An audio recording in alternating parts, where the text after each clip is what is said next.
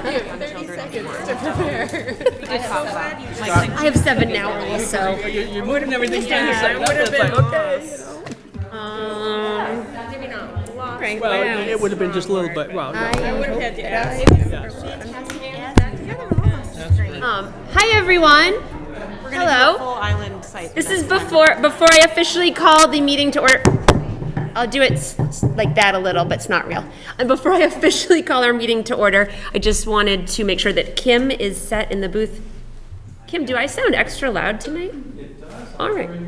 Yes. Thank you. Thank you, Kim. So Kim from BevCam is set in the booth for us. Thank you. And thanks to everybody. There was a team effort working here to get things ready for our presentation, which we will be going to at the beginning with Chief Lasher. Thank you to everybody who pitched in and made sure that we would be ready to roll. But I will just quickly run down the agenda. This is our first regular meeting back after the summer recess. Pretty standard business that we have before us. We do have 4 public hearings starting at 7:30 and staggered, so we will make sure to take those at their posted times. Then we'll go to our routine business, break for some committee work, and be back here to finish up. So with that, I will call to order this regular City Council meeting of the Beverly City Council, Monday, September 12th, 2022, 7 o'clock p.m. Ms. Kent, will you please call the roll? Bowen? Here. Crowley? here. Feldman? Here. Houseman? Here. Rands? Here. Rotundo? Here. St. Hilaire? Here. Sweeney? Here. And Flowers. Here, thank you, Ms. Kent. Councilor Rotundo, will you please lead us in the Pledge of Allegiance? I pledge allegiance to the flag of the United States of America and to the republic for which it stands, one nation, under God, indivisible, with liberty and justice for all.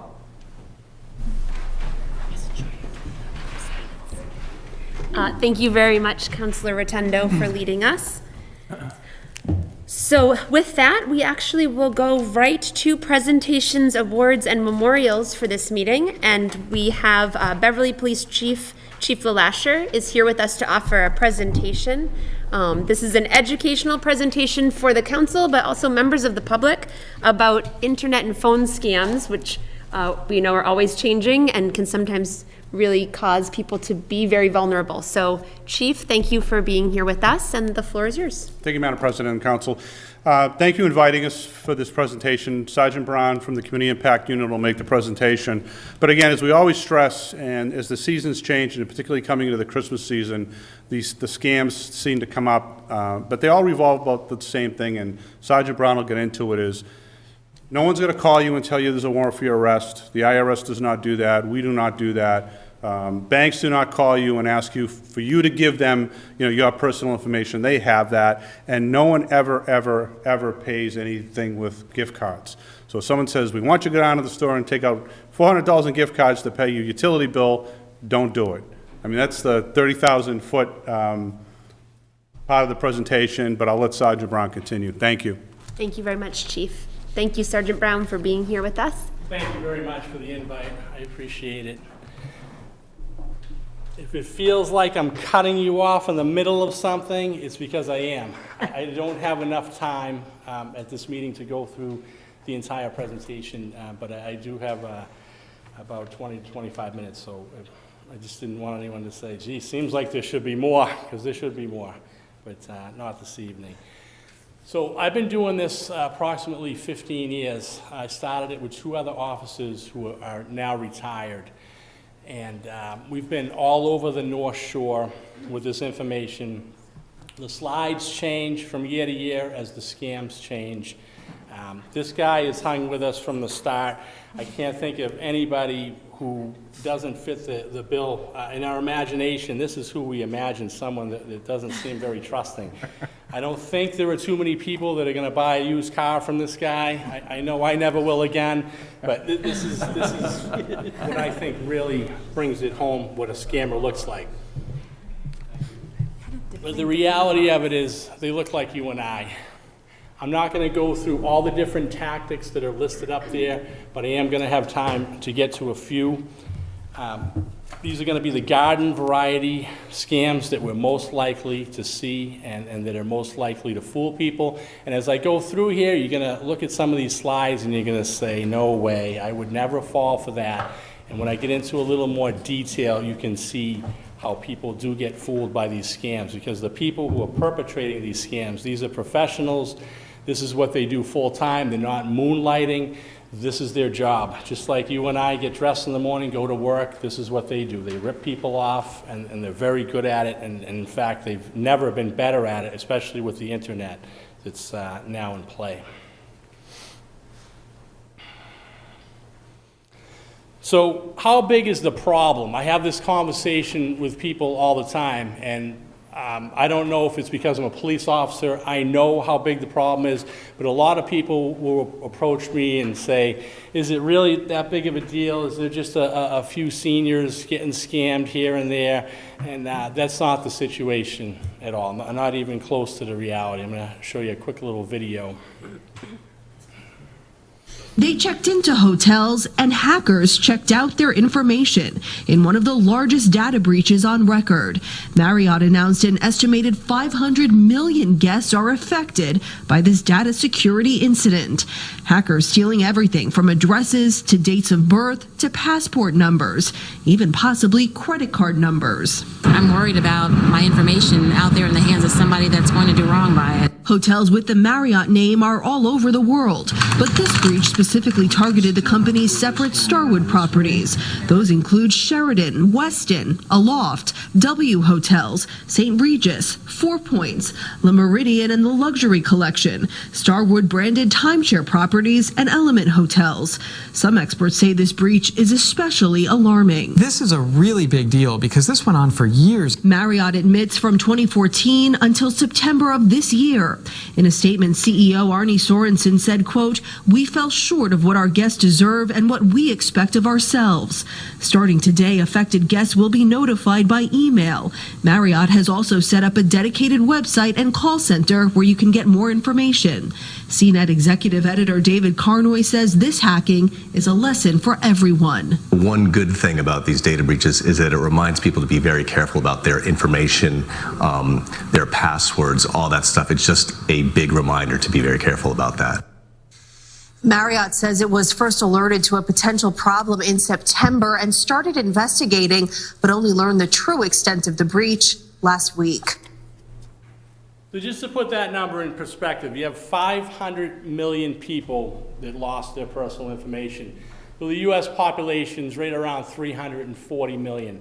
And that particular breach is not even the largest one that's taken place over the last 5 years. There's been even bigger ones, if you can even wrap your head around that, how that could happen, but it has happened, which means everybody in this room, everybody at home, everybody in Beverly, all their information is out there in cyberspace. The criminals go to the dark side of the web, and just like people go shopping at Target online, they shop for people's identities, they buy them, they pay a fee for them, and then they go out and they get mortgages, they purchase automobiles, basically ruining your credit, and it's really quite a hole to dig out of. You really don't want to be in that position. So there are things that we can do to help protect our information, but everyone should be forewarned. It is already out there on the table.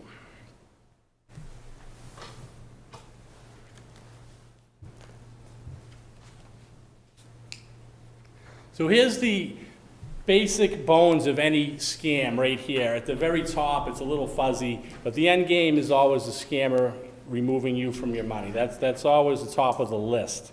There are certain things on this list that we can do to make sure that doesn't happen, and then there are other things we don't have any control over.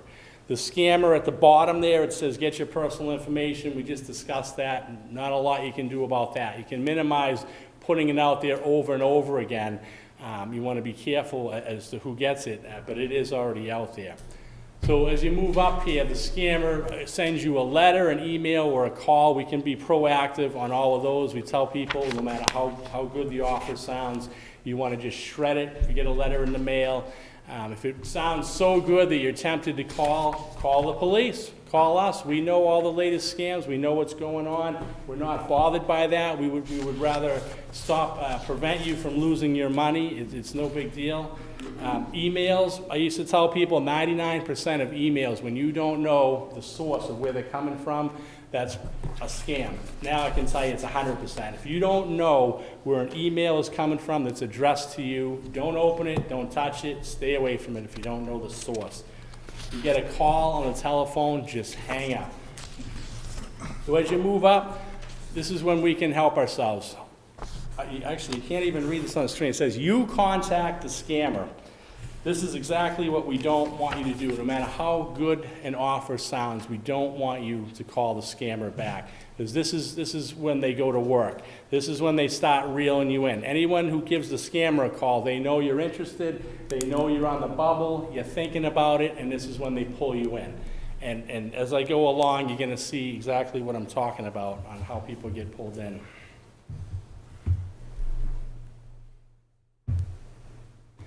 So here's a free vacation.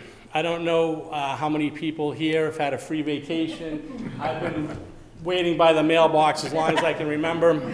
Never, it's never come. I've had free vacation offers, but the plane tickets, it's never been there. No free plane tickets. So this one is a good example of the scammers really putting their best foot forward here. They have great graphics. You get this packet with color pictures. You're going to see a picture of usually the big four, a Disney, Vegas, a cruise ship, and there'll be some kind of island with the sunset in the background, and you're reading your letter here, and it says free, free, free, free. Everything is free, so you're intrigued. You're like, how can everything be free? I want to know what the catch is, and that's how most people think. I want to know. So what do? You call. You call, and you say, hey, what's the catch here? What's going on? Oh, there's no catch. There is one small fee, and you're thinking, oh, here we go, one small fee. What's going on?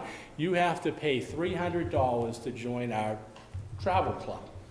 That's your only obligation. You'll get a list of hotels that you get discounts. You'll get a list of free rentals, all kinds of benefits when you join our vacation club. All you got to do, one-time payment, and your first vacation is on the house. No charge, everything's good to go. So now you're thinking, wow, $300. I'm going to go to Disney with the 2 kids, my wife. How can you beat it? 5 nights, everything's all inclusive. You send your $300 away, never hear from anyone again. No calls, no correspondence, no nothing. It's over.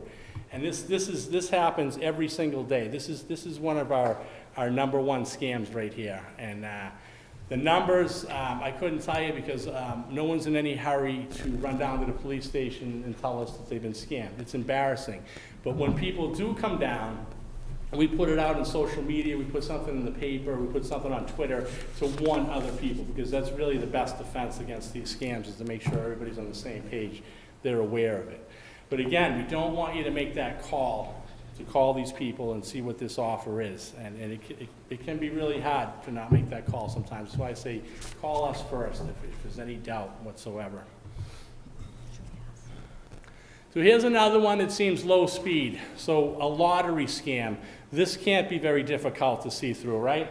Pretty simple. I get a letter, says I won $2 million. That didn't happen, right? No big deal. This one has a huge psychological component to it, and I can attest to it because I've seen it live. When you are holding a letter in your hand with your name on it, it doesn't say dear neighbor, dear friend, dear resident. It has your name on it with your address. It says you won $2 million. It's a very, very powerful thing. I had a couple come in, a married couple. This is going back many years. They came in. The husband believed truly that he had won $2 million. And his wife was telling him, this is not real. You need to talk to someone. And I want to say that the handling fees and the taxes, something like $400, which plays into common sense. Why don't you just take it out of my $2 million? $400, right? Take 5. Take an extra 100 for yourself. Whatever you want to do. But this is a separate charge. There's no way around it, etc. So He has the letter, his wife's telling him, okay, what do you think, officer? I said, let me guess, this is coming out of Canada, correct? They want you to send money to Canada. Yeah, that's right. You won $2 million. Yeah, that's right. They want $400. Yeah, that's right. They want you to send it Western Union because that money can't be traced. He says, yeah, how do you know all this? And I told him, because you're the 10th person that we've spoken to, either by phone or has come in with this same letter. And at that time, myself and another officer were going out and doing scam presentations in person like I'm doing this evening. And what we would do is the scams that were current and going around the community, we would laminate them and sift them through the crowd so people could look at them and see, hey, expect this in your mailbox so you know what it looks like and you can warn your neighbors or whatever. So I reached out to grab his letter from him and he pulled back. And his wife said, what are you doing? The officer just said this isn't real, but it was real to him. He still thought that he had won $2 million. I have no idea if he sent $400, but he believed it. It didn't matter who was going to tell him that that wasn't real, even though I had just explained 10 other people had called with the same issue. It's a big thing. And these lottery scams, the $400 is nice to get, but that isn't really what they're after. They're after your identity. That's what this is really about. Because in order to send you $2 million, we don't want to send $2 million to the wrong person. So we have to have your name, your address, your date of birth, and the big one, to cover the taxes, we gotta have your social security number. Have to have it. So now they have a perfect clean slate there. They've stolen your identity, and you're expecting a check for $2 million in the mail. Well, that's what these are about. And these are very common. And like I said, you may look at it on the surface and say, I think I can sidestep that one, but you got to be in that situation when it has your name on it. So jury duty. This one right here, this is highly successful if you want to look at it from the scammer's point of view, not good from the community point of view. A lot of money is being lost to this. I'm going to show you a short video and discuss what's going on locally with this. An urgent warning about a scam that is targeting victims from coast to coast. A different twist by scammers pretending to be law enforcement officers who dupe people into giving away thousands of dollars. Here's ABC's Clayton Sandell with what you need to know. When Julia Scholes, a business owner and busy mom, came home to a voicemail from a lieutenant at the sheriff's department, she took it seriously. He said that there was a warrant out for my arrest, that I had not attended jury duty, and that I needed to pay a fine. She was told to pay more than $300 through a cash card she could buy at a convenience store. Once you give them that verification code, the money is gone. I felt really stupid. I thought, as someone who is educated, I thought I was, immune to something like this. It's called the jury duty scam, and states around the country are reporting victims. Take a listen to this scam artist talking to an undercover deputy in Virginia. Normally, we do not make these phone calls. We just proceed to the address and place the defendant in custody. How do I fix this? That's all I want to know. I just want to know how to fix it. Because I've never been in trouble before. They're not the only scam artists posing as government officials. I called one who claimed I owed back taxes. Am I in trouble with the IRS? Yes, sir. But we found that the amount which you paid in 2011 and 12, that was not correct amount. So you owed $1,498.137 to the IRS. The reality is, if the IRS or the court system needs to contact you, you'll get a letter in the mail. We will never ask you to give us personal identifying information, credit card information, bank account information over the phone. Police tonight are warning, don't take the bait, and scammers won't take you. Clayton Sandell, ABC News, Denver. So the jury duty scam alone by itself is really, really devastating. A lot of people fall for it. It's a timing scam. You're doing the dishes after dinner, the phone rings, and like that woman was saying, I've never been in trouble. How do I make this go away? Well, that's the quickest route out of this situation. And he's got the answer. He says, oh, just go down and get some gift cards, or you can put it on your credit card and make this really convenient for you. You pay the Sergeant, fine. will you just come a little closer to the microphone? I'm sorry to interrupt you. For the viewers on BevCam. Thank you. Yeah, they're telling you that this is how you can make this go away. You put it on your credit card, they'll make it very easy for you, and of course, once they have your credit card number, they're not only going to get you for whatever they said that the fine was, but now they have your credit card account information, so they're going to charge that until it's done. So the scammers didn't stop there. So they put another twist on this jury duty. They found that they started to target, generally it's grandparents, and they'll call and they'll say that their grandson or granddaughter is in jail. And they'll say that this call is usually made on a Thursday or a Friday, and they'll say, if you can't get us the bail money in 2 hours, then your grandson or granddaughter is going to be locked up until Monday. So they're going to be in jail Thursday, Friday, Saturday, Sunday, and they'll get out Monday afternoon. So 5 days. And all you need to do is get them some money within a couple hours. They're going to tell you how to send the money, which is generally gift cards. They'll take cash. They'll take the Western Union.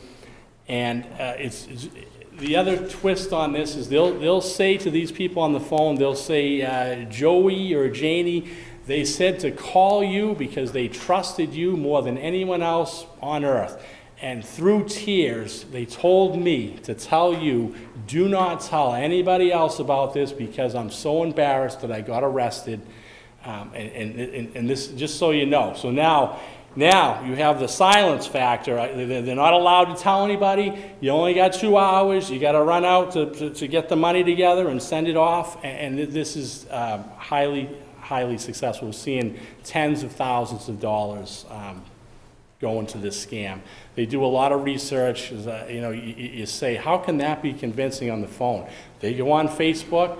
They know where the grandchild's vacationing or whatever it might be. They set the whole thing up. They know right down to the dog's name in the family. They know it all. He's like, how could this? They must have the grandson or grandchild. They wouldn't know these personal things. It's right there online. Everybody puts it on Facebook every day, and these people, that's what they do for work. And it's a lot of money being lost to that scam. The whole key to it is to get the word out that call would never come asking for money. It's just a matter of getting the information out so people understand that. Try not to, let's see.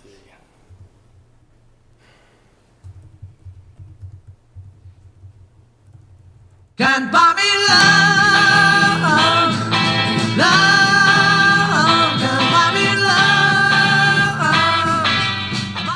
I know I'm running short on time here. This will be the last one.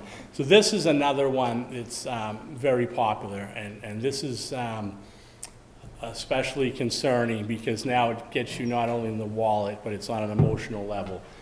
People really think that they're making some type of love connection online, and what happens is generally the scammer is going to take one or two tracks. Either somebody is ill and they need you to send them money for their sick relative to have an operation, or they want to come visit you. They're usually from some far-off European country, and they need a large amount of money for airfare.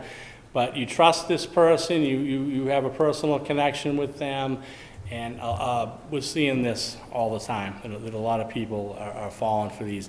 And we don't look at people and say, don't meet people online. We don't, this is the modern world. Most people meet online. There's a lot of people that you can meet online, everything goes good. What we say to people is do not send money to people you haven't met that are online. That's the message we send out, because people will say to us, I knew this person, and we'll say, oh, so you met somewhere, or, oh no, we've just been talking for months on the internet. They don't understand that's not the same thing. That person could be 2 streets over, or they could be somewhere in Europe. And these are a very common one that it hits the community. If I had to pick out the ones that are most prevalent at the moment right now, those are the ones. I thank you for your time, and like I said, you're going to feel like you cut off somewhere. But if anyone ever wants this out in the community, any organization, I'll come out and do the entire presentation, anyone who's interested in that. Thank you. Thank you very much, Sergeant.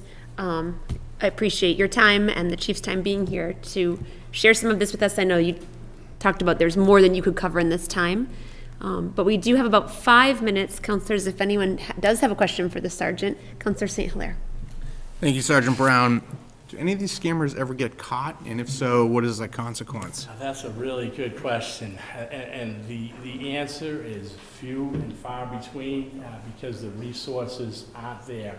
If somebody were to rip you off and they're in Michigan and they took, let's say $3,000, and just take that number out of the air, it's not cost effective to bring somebody back to Massachusetts. That would far outweigh your losses. It's not good to you, the victim, but it's just the reality that the resources just aren't there. The scammers are well aware of that. That's why they love the internet. They can stay anonymous, and there's so little chance of being caught that they just keep throwing the line out. They only need a few customers every month to stay in business, depending on how much they're ripping people off for.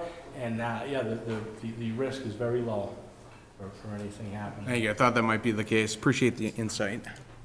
Thank you, Counselor. Any other questions for the Sergeant from the Council?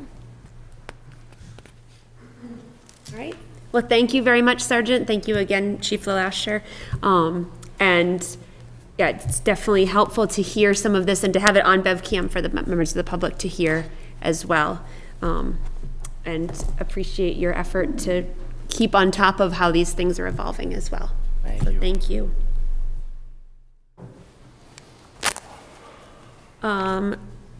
Well, let's go with the time that we have. Actually, sorry, Ms. Kent, before we do that, I know that obviously we've heard from Sergeant Brown from the Community Impact Unit, and I noted that Police Chief LeLasher is here with us, but I should acknowledge the other city staff that are in the room with us, starting with His Honor the Mayor. Mayor Cahill is here with us this evening. Thank you, Mayor. The City Finance Director, Brian Ailes, is here this evening. Our Beverly Fire Chief, Peter O'Connor, is here. Thank you, Chief. City Solicitor Stephanie Williams and Assistant Solicitor Beth Oldmixon are here with us. Thank you. And City Director of Grants, Catherine Barrett, is also here with us. So thank you all for joining us. Did I miss anyone? Okay. With that, Ms. Kent, why don't we start in at communications from His Honor the Mayor, and we'll see how far we get before 7:30 for our hearing. Order number 215. I am, dear Honorable City Council, I'm pleased to inform you that the City of Beverly has been awarded a $56,590.90 grant from the Department of Homeland Security Assistance to Firefighter Grants Program to support fire alarm upgrades, including installation of systems at the Central Fire Station for the Beverly Fire Department.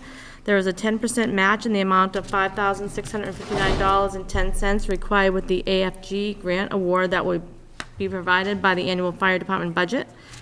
The Assistance to Firefighter Grants Program is designed to enhance the health and safety of public and firefighting personnel and to provide support for emergency responders regarding fire, medical, and all hazard events. Since 2001, AFG grants have provided firefighters and other first responders with critical needed resources necessary for protecting the public and emergency personnel from fire and related hazards. Mass General Law, Chapter 44, Section 53A requires both City Council and Mayor approval before any grant, earmark, donation, or gift to the city can be expended for their prescribed purpose. I therefore request the City Council approve this grant by acting on this matter at your upcoming meeting on September 12th. Thank you. Sincerely yours, Michael P. Cahill, Mayor. Thank you. Chief, we're going to refer this to Finance and Property, but since you're here now, would you want to say a little bit about this for the council? Thank you very much. Thank you. This is a grant that is just intended to put a actual fire alarm system in the headquarters station. Believe it or not, right now, when we say a fire alarm, there's often confusion about fire alarm, the dispatch center, and this is actually a fire alarm warning system, like smoke detectors, heat detectors, carbon monoxide detectors, something that we have never actually had in that particular building, strange as that might seem. So, that's all. There is some level of irony to that. There certainly is. I will totally agree with you. Thank you, Chief. Anyone have a question for the Chief? As I said, it's going to go to Finance and Property, but Councilor St. Hilaire. Are there any other buildings without a fire alarm? No, the other two buildings are all set. They've been set for a bit. So. Councilor Houseman. Yes, so the grants for $56,000, how expensive is it? to It's actually a install? total of $62,250. Yes. So we actually built that on a couple of projects. I've been working to make sure that that estimate is going to be good, and it's actually going to work. Talking with Mike about the projects that we've got going on. Timing, we have to do this, obviously. It's very important to my folks that we do this, but it will be incorporated also into any of the projects that move forward. So it won't be like it's wasted money. Okay, thank you. Thank you very much, Counselor. Thank you, Chief. And Ms. Kent will refer that to the Subcommittee on Finance and Property to be able to have any further conversation and take action on that tonight.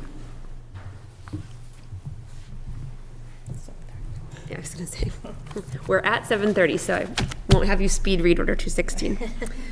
So we are at the time in our meeting where we're going to open the first of our posted public hearings. This is public hearing on order number 202. This is National Grid Petition Plan 297-56006. Ms. Kent. Order number 202, City of Beverly, order that the City Council of the City of Beverly hold a public hearing on Monday, September 12, 2022 at 7:30 PM at 191 Cabot Street, third floor, Council Chambers, live stream on BevCam relative to the petition from National Grid for Plan 297-56006 Pond Street grant of location. And this was in the newspaper on September 2nd. Thank you, Ms. Kent. And I should mention, if there are members of the public here who would like to speak on any of our 4 posted public hearings, the sheets to sign up are in front of the clerk here, and so you can come forward at any point and add your name. This would be the first one for order number 202. I don't see our usual National Grid rep. Is there anyone here from? Perfect. If you would not mind just going to the podium behind you and name and address for the record, and then if you'd like to say anything to us about this plan, and then I'll open the floor to councilors.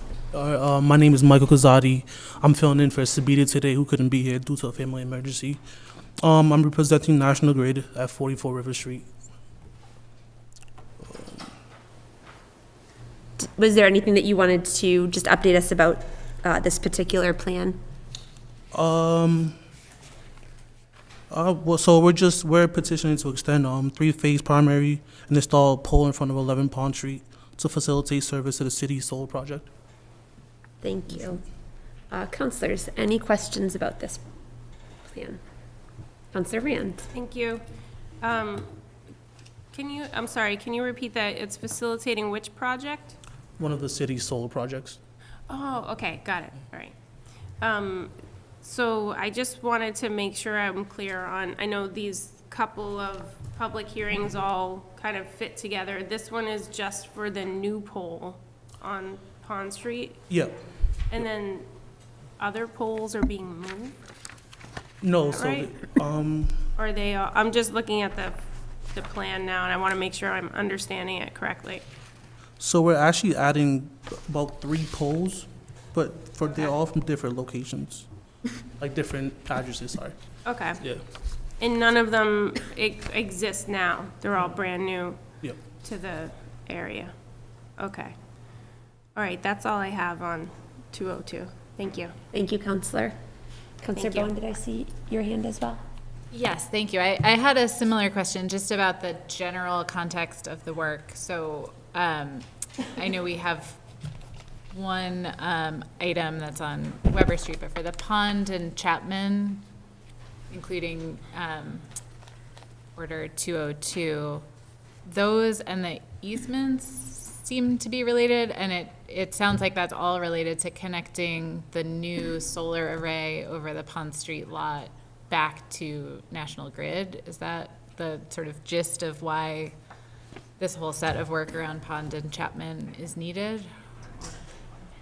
Sorry, can you just repeat that? I got a little. Yes, sorry, it was a circular question, but just trying to figure out the main purpose for both the Pond and Chapman sites that are new poles and underground connections, Yeah. all related to the parking lot solar array? Yeah, yep. Mhm.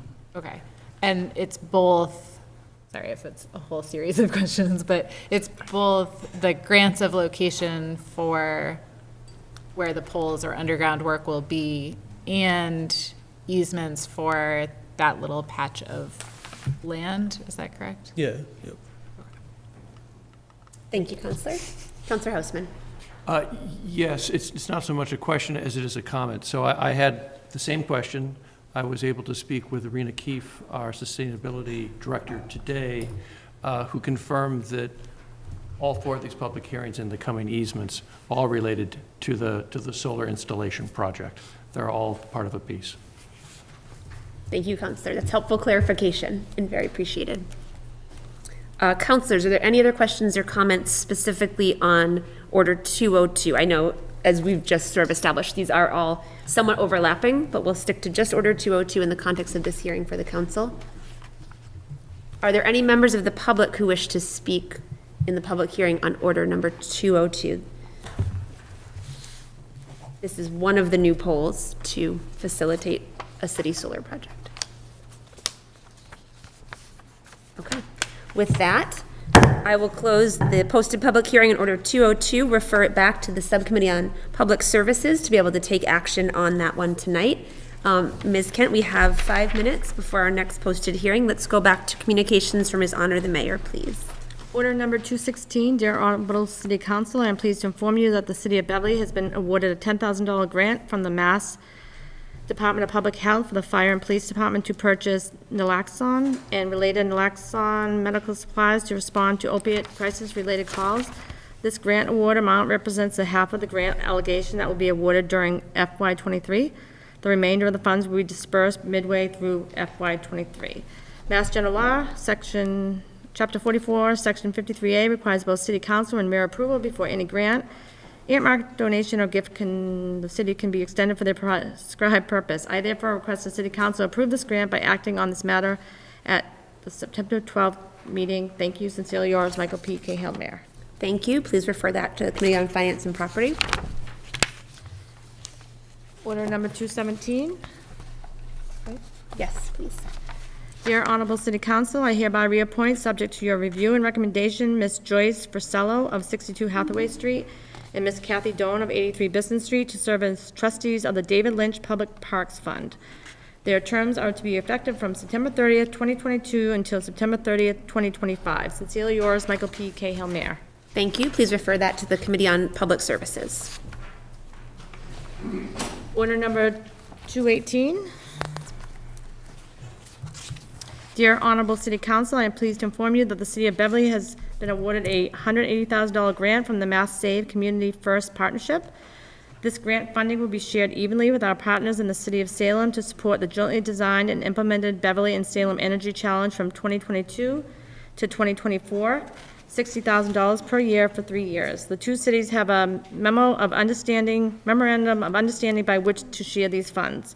Our acceptance into the Community First Partnership Program enables the cities to improve residential and small business access and participation in energy efficiency programs with a focus on engagement in renters and landlords, moderate income customers, and English isolated families.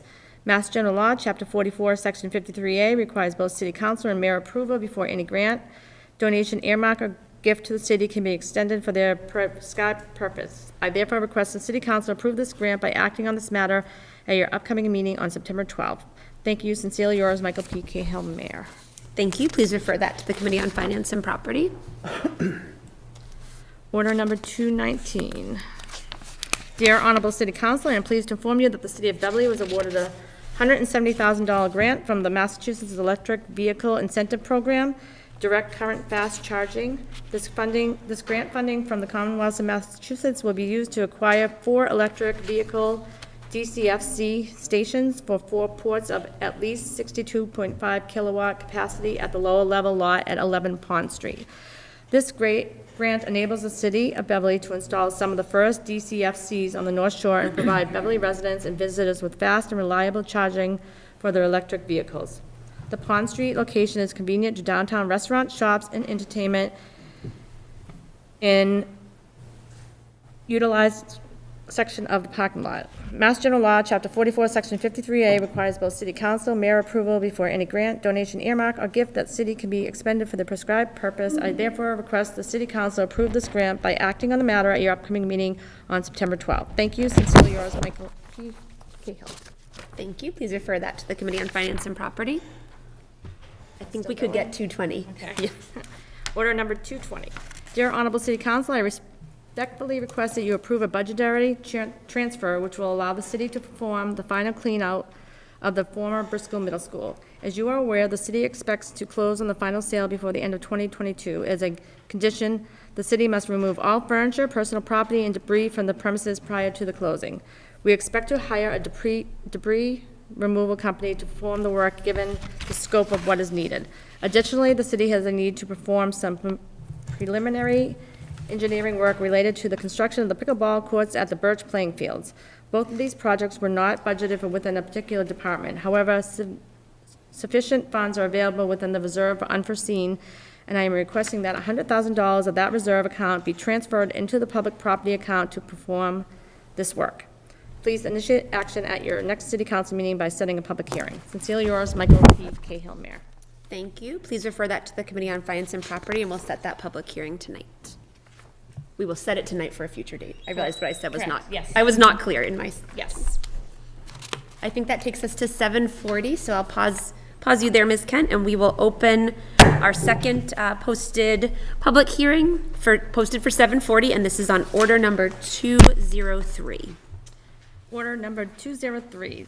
City of Beverly ordered that the City Council of the City of Beverly hold a public hearing on Monday, September 12th at 7:40 p.m. at 191 Cabot Street, 3rd floor, Council Chambers, live stream of BevCam, relative to the petition from National Grid for Plan 297-56006 Pond Street to excavate the public highways and to run and maintain underground electric conduits. And this was in the newspaper on September 2nd. Thank you, Ms. Kent.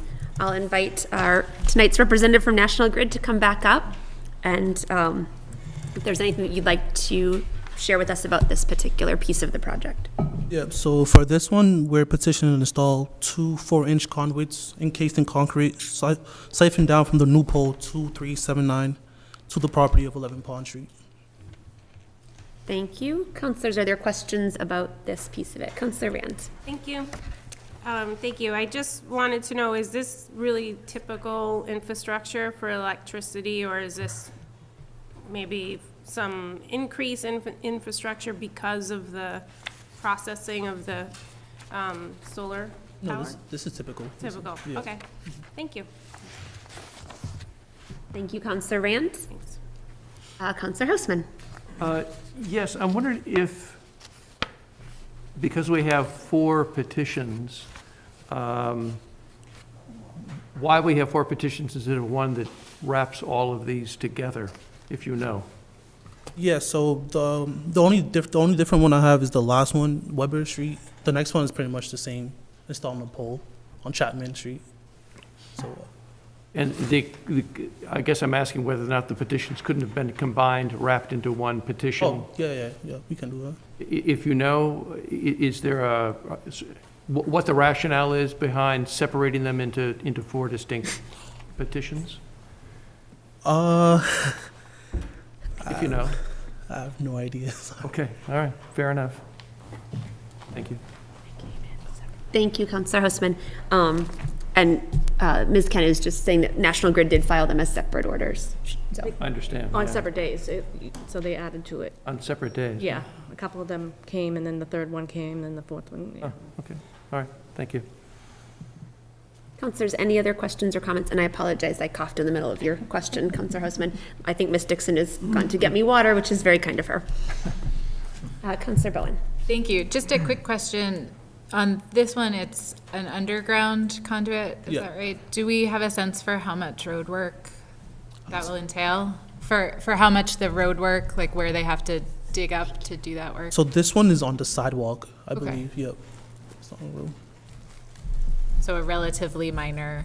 Yeah, it's.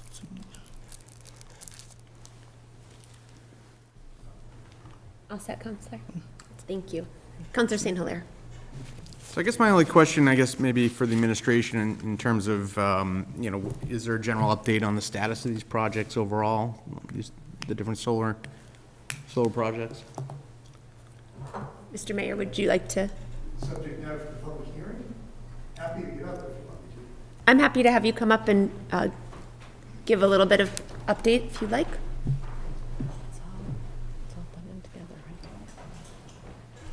Hey, everybody. Welcome back. You as well. Thanks. With our project manager, Ms. Keefe, attending the Regional Urban Sustainability Directors Network meeting in Cambridge yesterday, today, and tomorrow, I will try to pinch hit in that sense. Steel was installed last week in the 2 downtown lots. The plan is to start working over the next couple of weeks, or for the next couple of weeks, on the horizontal panels and then all the electrical work that goes with. I can tell you that the things that are before you now are critical pieces in order for Grid to actually do the work this fall, getting the grants of location. And that's important to the overall project in that in order for the developer to have everything done and connected and live and operable by the end of calendar year, the timing here is important.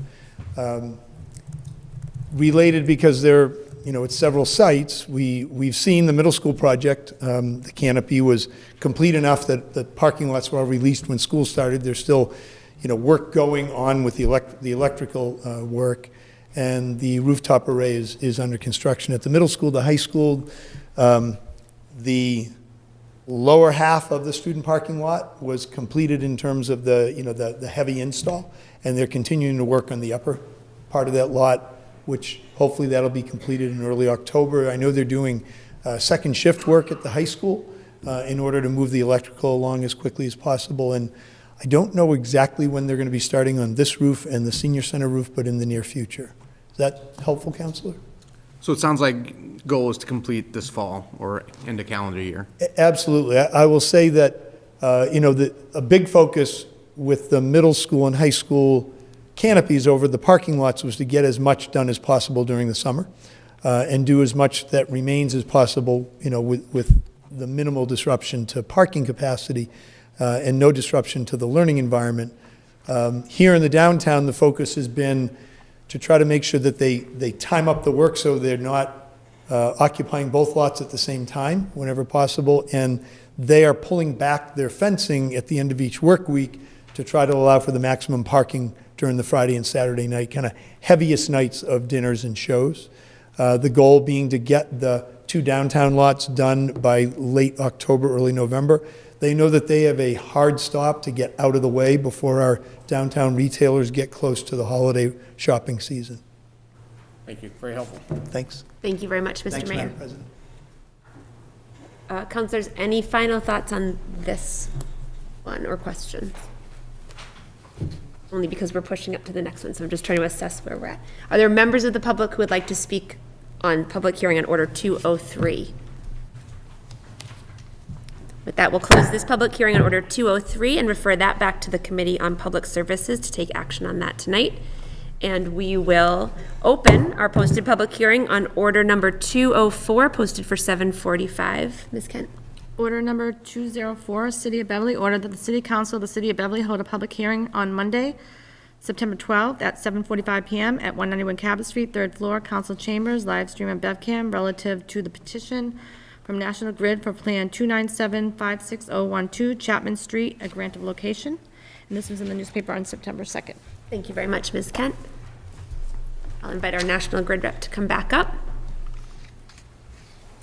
And if there's anything that you have as a point of entry or some updates on this part of the project.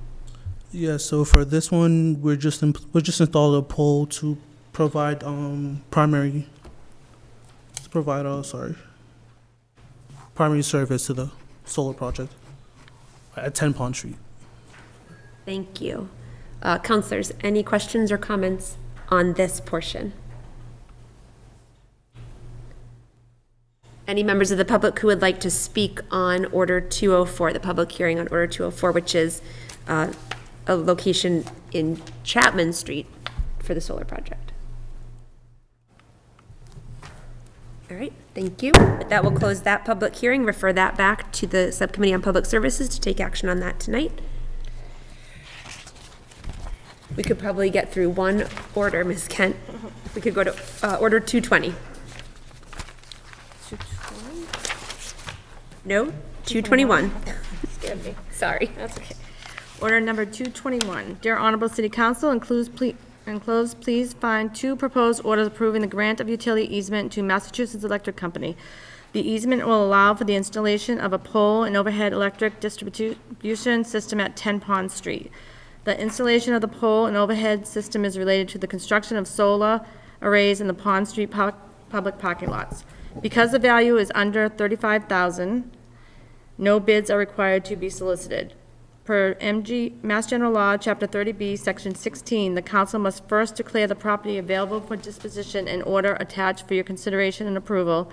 The second attached order for your consideration and approval authorizes the city to convey the easement to Massachusetts Electric Company. I respectfully request that the council approve these orders as it is meeting this evening so that the installation can proceed as soon as possible. Thank you for your attention to this matter. Sincerely yours, Michael P. Cahill, Mayor. Do you want me to read the order? The other piece, oh, yes, thank you, I'm sorry. Yes, please, Ms. Kent. In the year 2022, be it ordered by the City Council of the City of Beverly as follows. The Beverly City Council hereby declares that the following property is available for disposition. The portion of 10 Pond Street necessary for the installation of a pole and an overhead electrical distribution systems is shown in the attached plan. Thank you, Ms. Kent. And please refer that to the Subcommittee on Legal Affairs. Which brings us to 7:50. So we will open our fourth posted public hearing for the evening, fourth and final. This is on order number 205. Order 205. City of Beverly ordered that the City Council of the City of Beverly hold a public hearing on Monday, September 12th at 7:50 p.m. at 191 Cabot Street, 3rd floor, Council Chambers, live stream on BevCam relative to the petition from National Grid for Plan 305-86010 Weber Ave to install underground electric conduits. And this was in the newspaper September 2nd. Is that wrong? Thank you, Ms. Kent. And once again, for the fourth and final time this evening, from National Grid. So we're petitioning to install about 40 feet of 2 4-inch conduits encased in concrete to provide service to a sidewalk box for our gas company regulator. Thank you. Councilors, any questions or comments? Councilor Rand. Thank you. I guess I wanted to just ask how this connects to the upcoming project, because I know that area, or maybe I'm looking at it incorrectly, but Weber Street is going to have some new infrastructure due to the very large National Grid project that's happening. And I thought that area was part of it, so I don't know how this project relates to that or if they relate at all. I don't think they relate because this one is for our gas side. Oh, okay. Yeah. That makes sense. Got it. Thank you. Thank you, Councilor Rand. Councilor Bowen. Thank you. I had a similar question just about the collection of work on Weber Ave and was wondering if this is work that has already happened or is upcoming? Because I thought there was recent gas work already underway.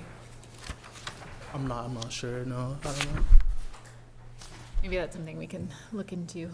Well, and if I could just ask a question of clarification, I think, I know that this is to connect to something on the gas side of your operation, but am I correct? This looks like electric conduit though to a traffic box? Yeah, yep. So this is still electric work? Yes. Okay. If that's a helpful point of clarification for councilors.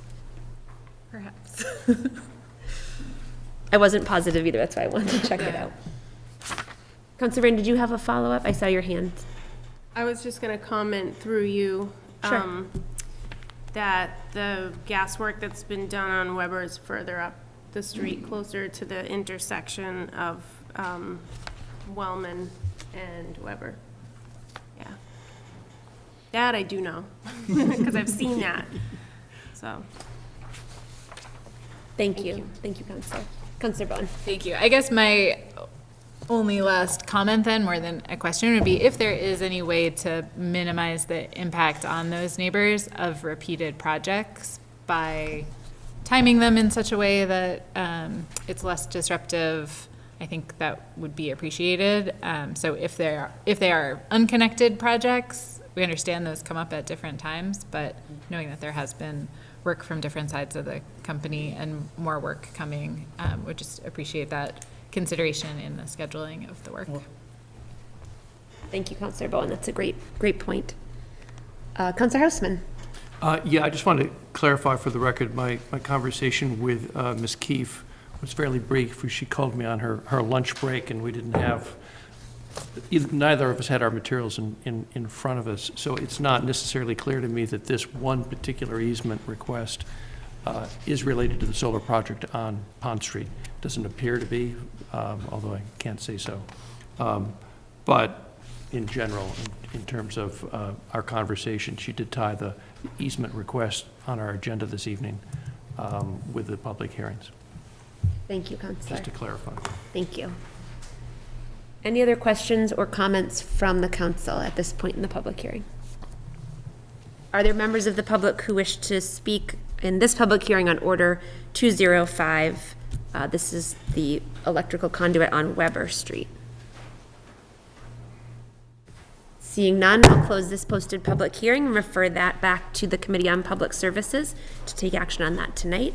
And thank you very much for being here with us this evening. Ms. Kent, let's go back to communications from His Honor the Mayor and pick up where we left off at 221A, please. And you don't want me to read the letter again, correct? It's the same letter, but it's the second part It's of the second order. part, yep. So order 221A, order authorizing grant of utility easement to Massachusetts Electric Company at 10 Pond Street. The city acting by and through the mayor is authorized to grant the attached easement located at 10 Pond Street to Mass Electric Company. The easement shall be in substantial conformity with the easement attached hereto. This order authorizes the mayor to execute any formalities relative to the easement and to revise any scrivener and/or clerical errors and to make edits that do not materially change the substance of the easement. Thank you, Ms. Kent. Please refer that to the Committee on Legal Affairs as well. Order number 222. Dear Honorable City Council, enclosed please find two proposed orders approving the grant of utility easement to Mass Electric Company. The easement will allow for the installation of an underground electrical distribution system at 11 Pond Street. The installation of the system is related to the construction of solar arrays in the Pond Street public parking lots. Because the value is under $35,000, no bids are required to be solicited.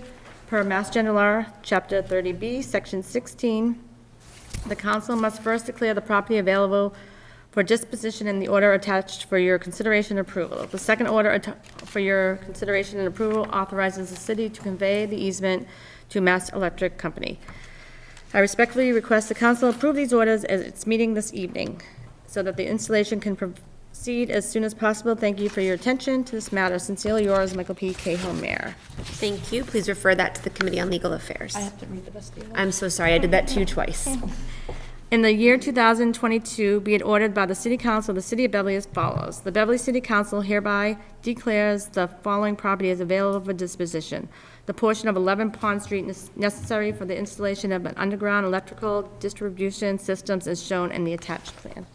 Thank you. Now, please refer that to the Committee on Legal Affairs. I was just excited to do that. Yes. Councilor Rand, really excited to refer that to your committee. Keep interrupting Ms. Kent to do it. As part of that letter, number 222A, order authorizing grant of utility easement to Mass Electric Company at 11 Pond Street.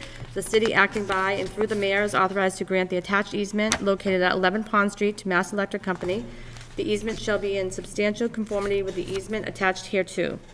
This order authorizes the mayor to execute any formalities relative to the easement and to revise any scrivener or clerical errors and to make edits that do not materially change the substance of the easement.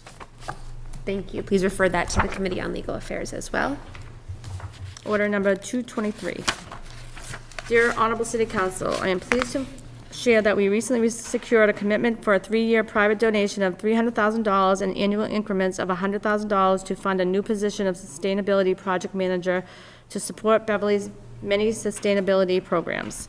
This generous donation from Monarch North Shore Fund LLC is structured to support 80% of the position cost in year one, 60% of the position cost in year 2, and 40% of the position cost in year 3.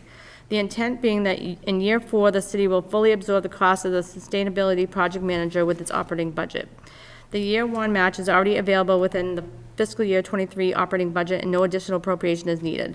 This full-time position will provide support to the Sustainability Office focused in year 1 on community outreach for the planned launch of the city's proposed green municipal aggregation program, liaisoning with the schools on sustainability efforts, managing coastal resilient projects and other programs, research and support. These are either new programs or high-priority topics which the city staff across multiple departments have had limited capacity to manage.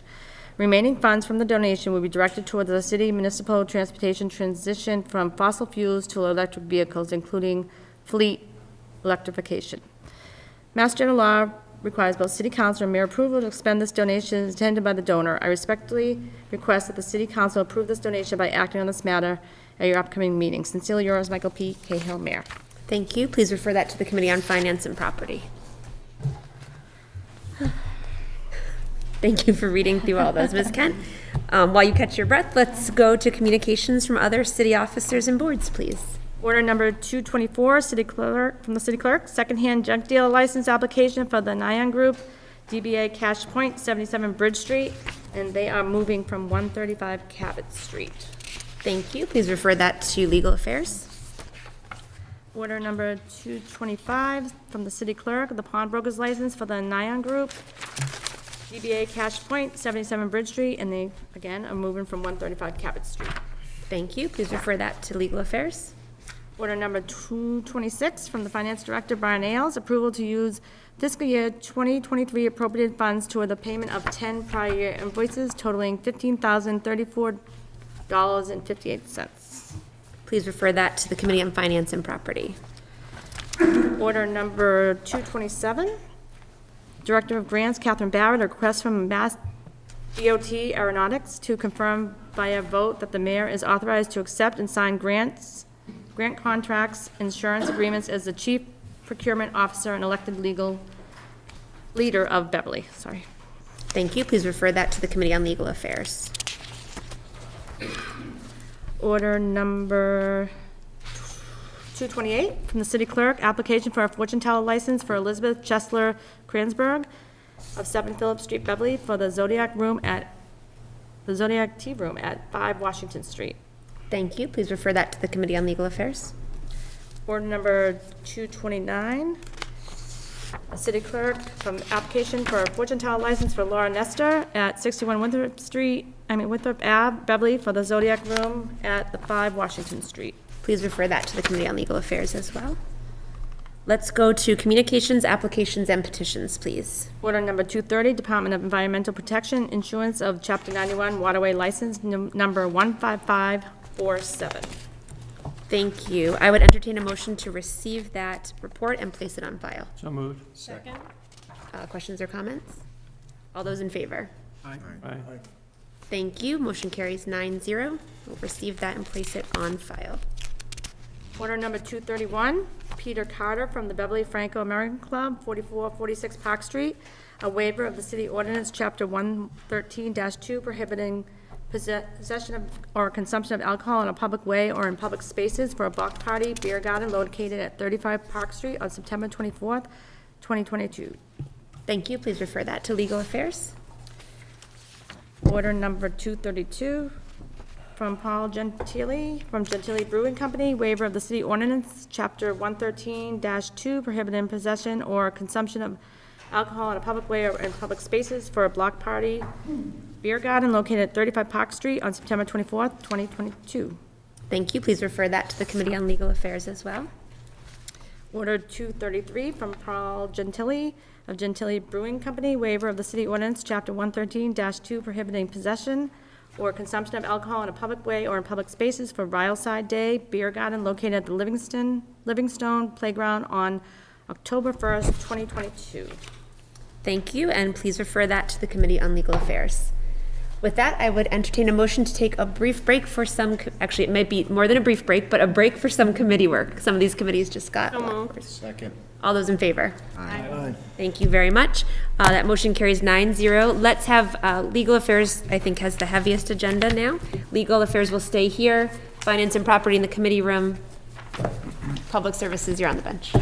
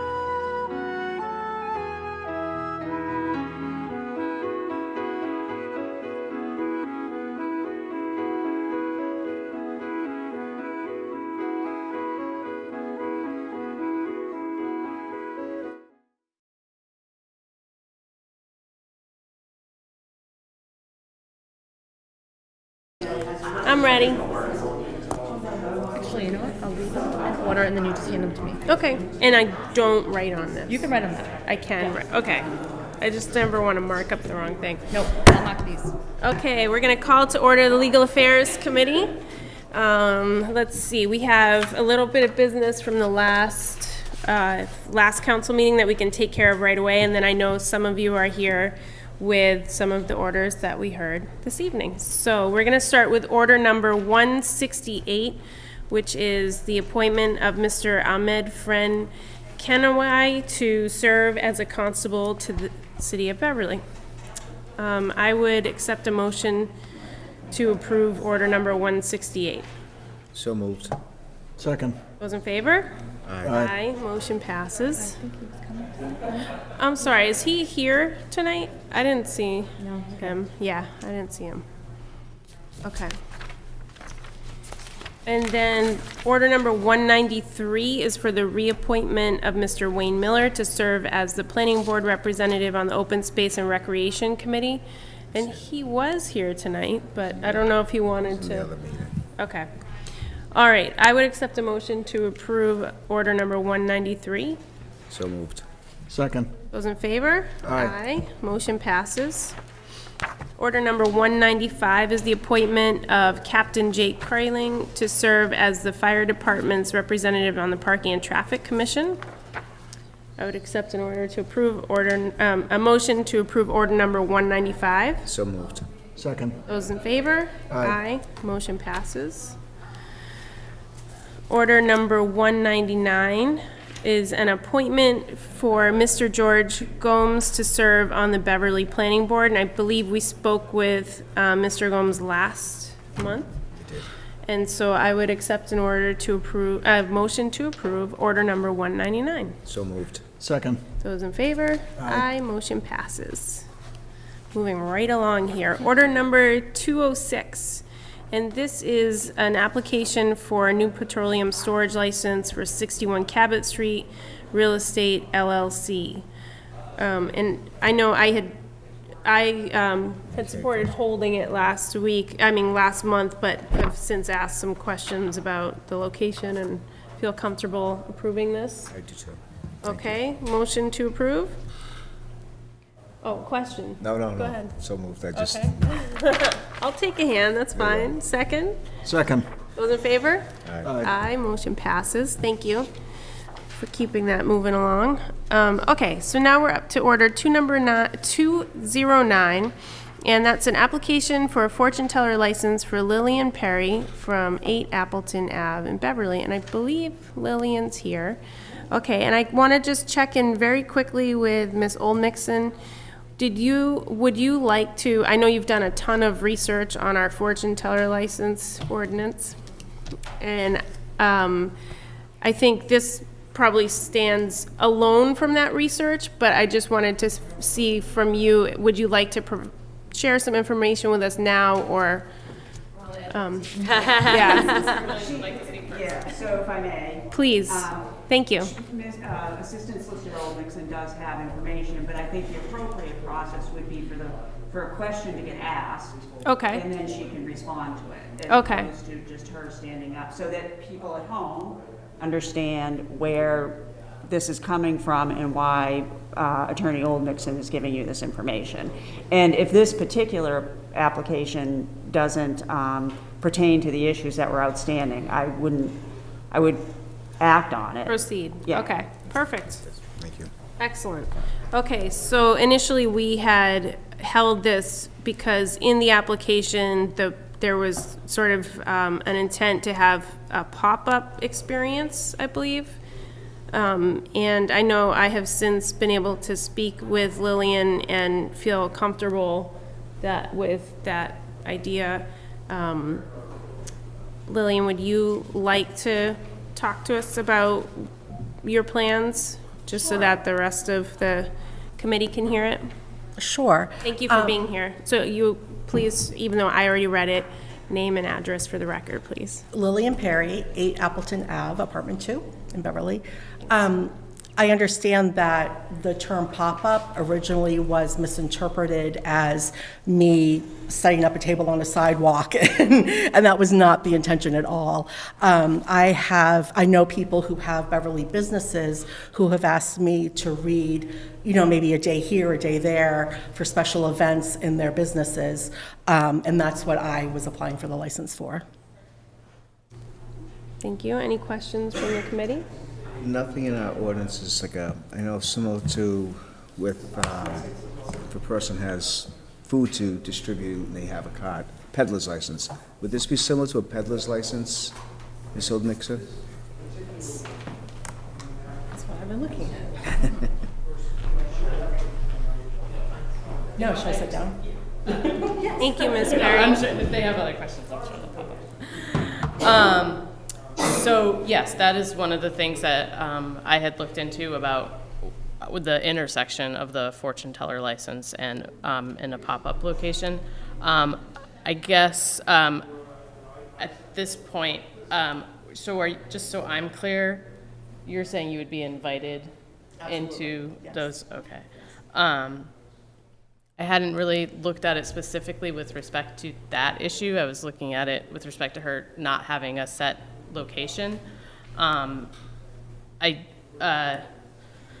would want to make sure that there isn't a difference between being invited to work or to come in to do something in another location as opposed to just going to a spot and asking if that would be okay. So I think I need to look at that very specific issue just to make sure that there isn't a distinction. Okay, yes. So as the current ordinances are, in your opinion right now, is there anything prohibiting us from granting this license as the ordinance states? So, I know you- sorry. Go ahead, I'm sorry. It wasn't that there was anything preventing you from issuing a fortune teller license. It is also whether or not she should have to apply for a solicitor. It's not a license. I think it's a registration, I think is what it's technically called.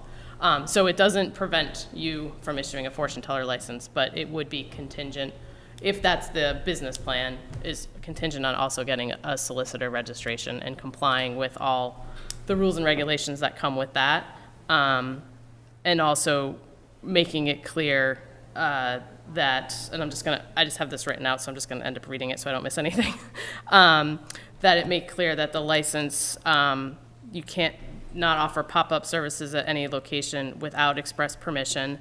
The licensee is responsible for ascertaining and complying with any laws, rules, and regulations and limitations at the location in question, and may not engage in fortune telling if it would be in any way a violation at that location. So if there was some type of intersecting law, and the issuance of a pop-up license doesn't abrogate the rules or regulations of any other license or registration in effect at the location of the services, and then subject to compliance with the solicitation ordinance. Thank you. I have a decent understanding of what the solicitation sort of license is, but can you just explain that clearly so that everybody in this room is on the same page? Because my understanding is that's more if you're knocking on someone's door, you're going through a neighborhood knocking on doors selling solar energy, for example. Just trying to think of the most recent experience. And so I'm going to pull up the ordinance. I appreciate that. Yep. So solicitation in the ordinance is defined as traveling by foot, this is going to be a little archaic sounding, but so traveling by foot, motor vehicle, or any type of conveyance from place to place, from house to house, or from street to street for salary, commission, or other remuneration, whether on behalf of oneself or another person, firm, or corporation, and selling, leasing, or taking orders for the sale of any goods, wares, merchandise, or services whatsoever, including without limitation books, periodicals, food, and home improvement services, or attempting to sell, lease, or take orders, whether or not advance payment on such sales is collected, or seeking or requesting donation of money, goods, or services for any profit or nonprofit. So when we were originally looking at this, it was the services or services whatsoever that we felt included this within the solicitation definition.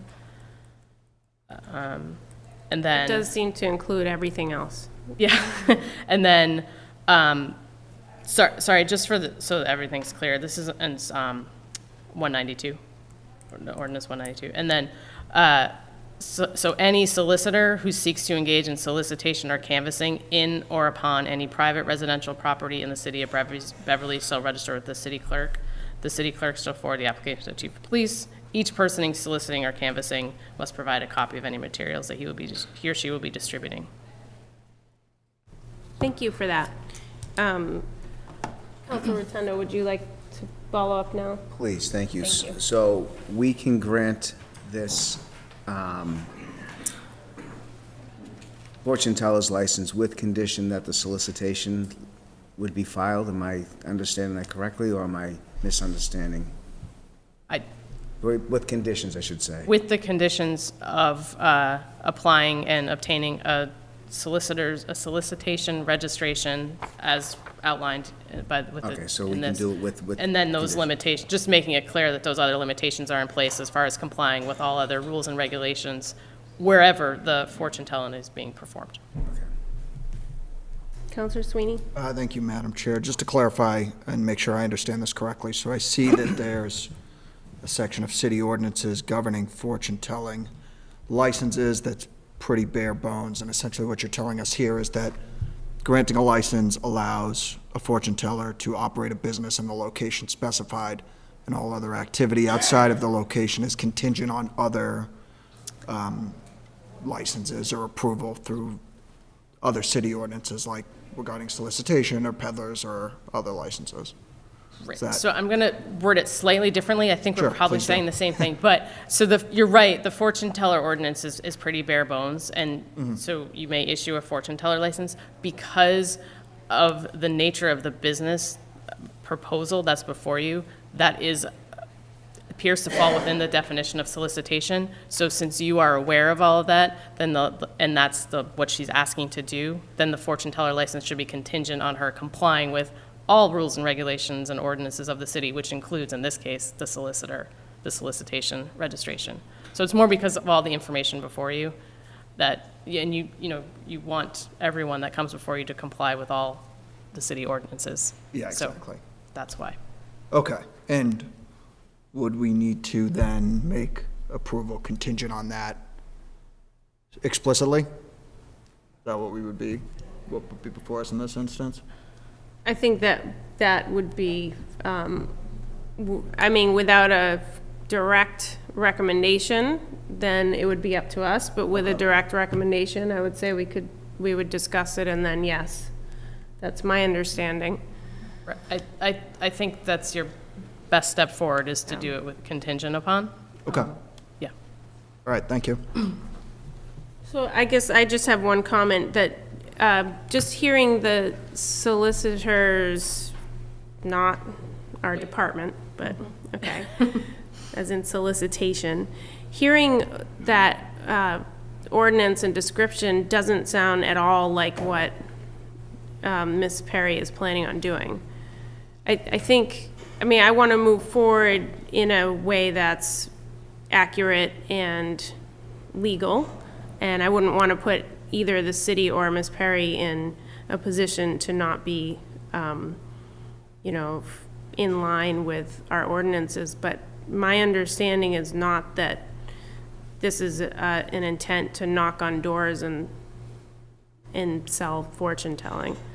So I don't know that it's necessary. I think that's why we're here. Yes, please. If you're, in response to that, if really what you're saying is now that we know, it would be by explicit invitation from other businesses to come into their businesses, which was not at least communicated to us.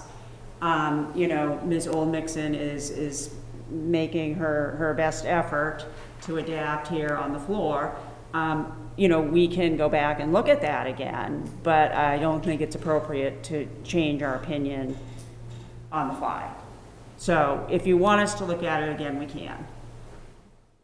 But as of tonight, that's the point of view that Attorney Oldmixon has offered.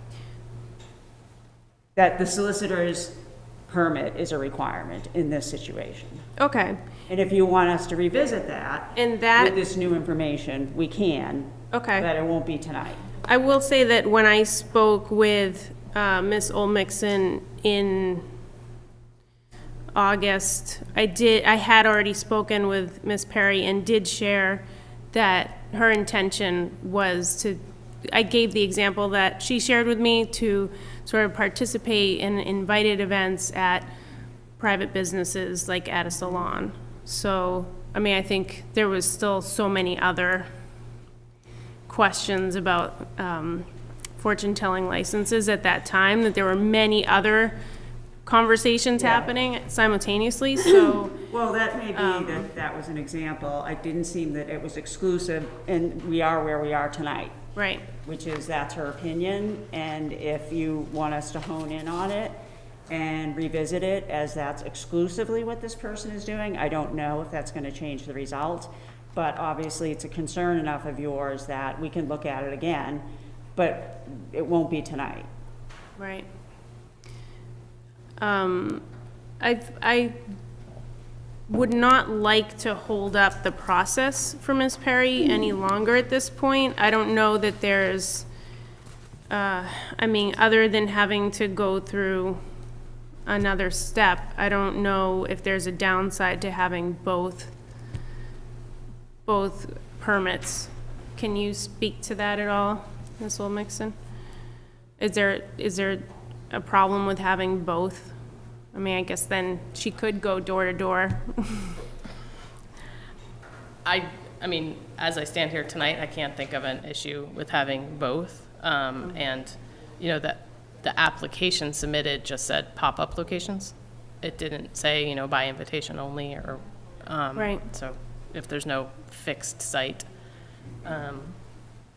that's, you know, that's what we had to, that was the information on the application, so. Thank you for all the work that you put into this. I'm gonna put it in the category of chickens and like other weird things that the solicitor's office masters. Are there any other questions from the committee? No, I just kind of was following up with what you were saying is what would hinder her? Because I don't want to stop her from going with what she wants to do, but would it be just as easy for her to apply for solicitation license moving forward? Does she have to come in front of us for that as well? It's a good No, question. it's with the chief of police. Okay. Okay, so that's, like I said, just to try to move it along, but I know where you're coming from. Thank you. Questions? Just a quick clarification Sure. question to the committee to make sure I understand this. So, Madam Chair, are you concerned that if we make approval of these applications contingent on receiving whatever the form of approval might be with regards to solicitation, that such approval wouldn't actually apply to the operation of these businesses, and you don't want to hinder further the establishment of what, you know, it sounds like they're trying to go by invite to other businesses outside of this location, and your concern is that that wouldn't fall under regulations for solicitation? Am I understanding you correctly?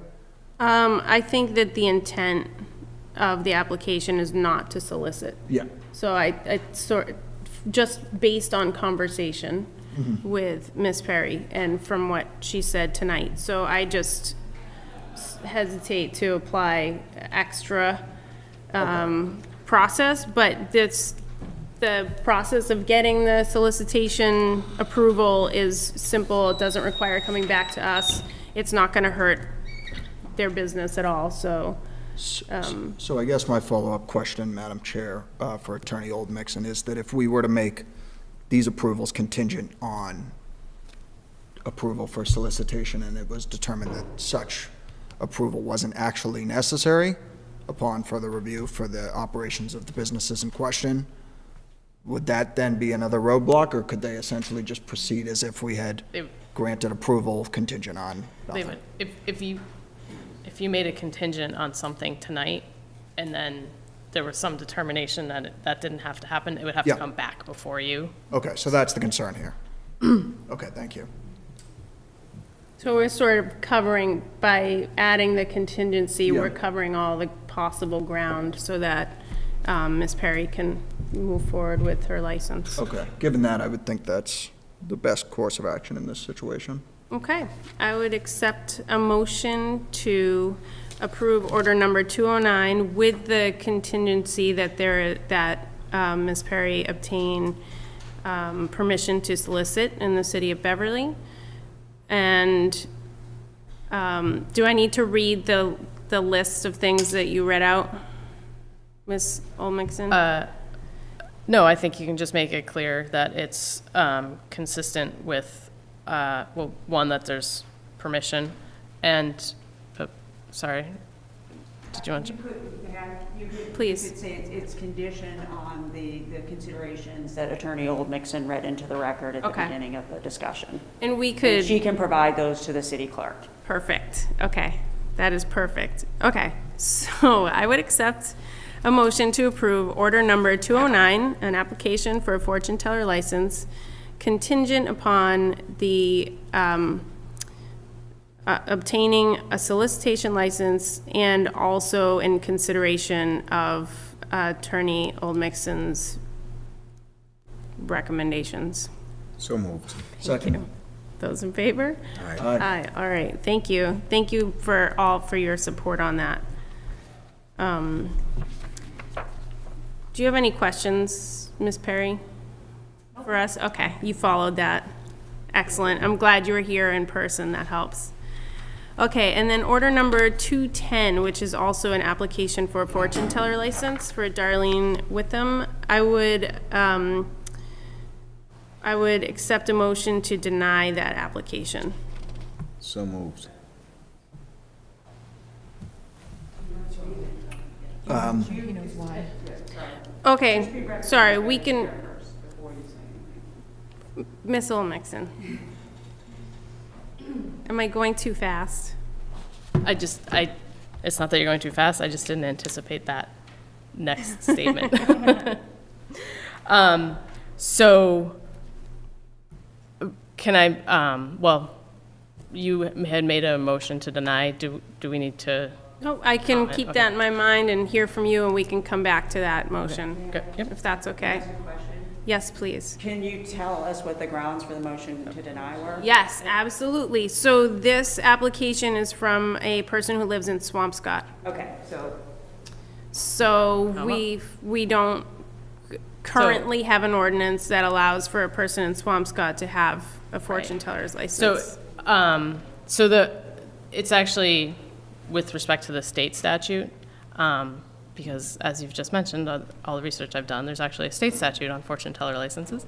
And it's the state statute that has a residency requirement written into it. It requires, the state statute says that the applicant must have lived in the town or the city for 12 months prior to the application. We've done, our ordinance, as we've established, is bare bones. It doesn't reference any residency requirement.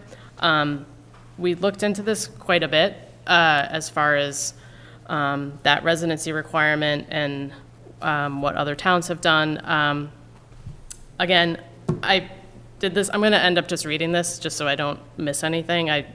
It's not my usual practice, but because of this particular issue. But stop me if you have any questions.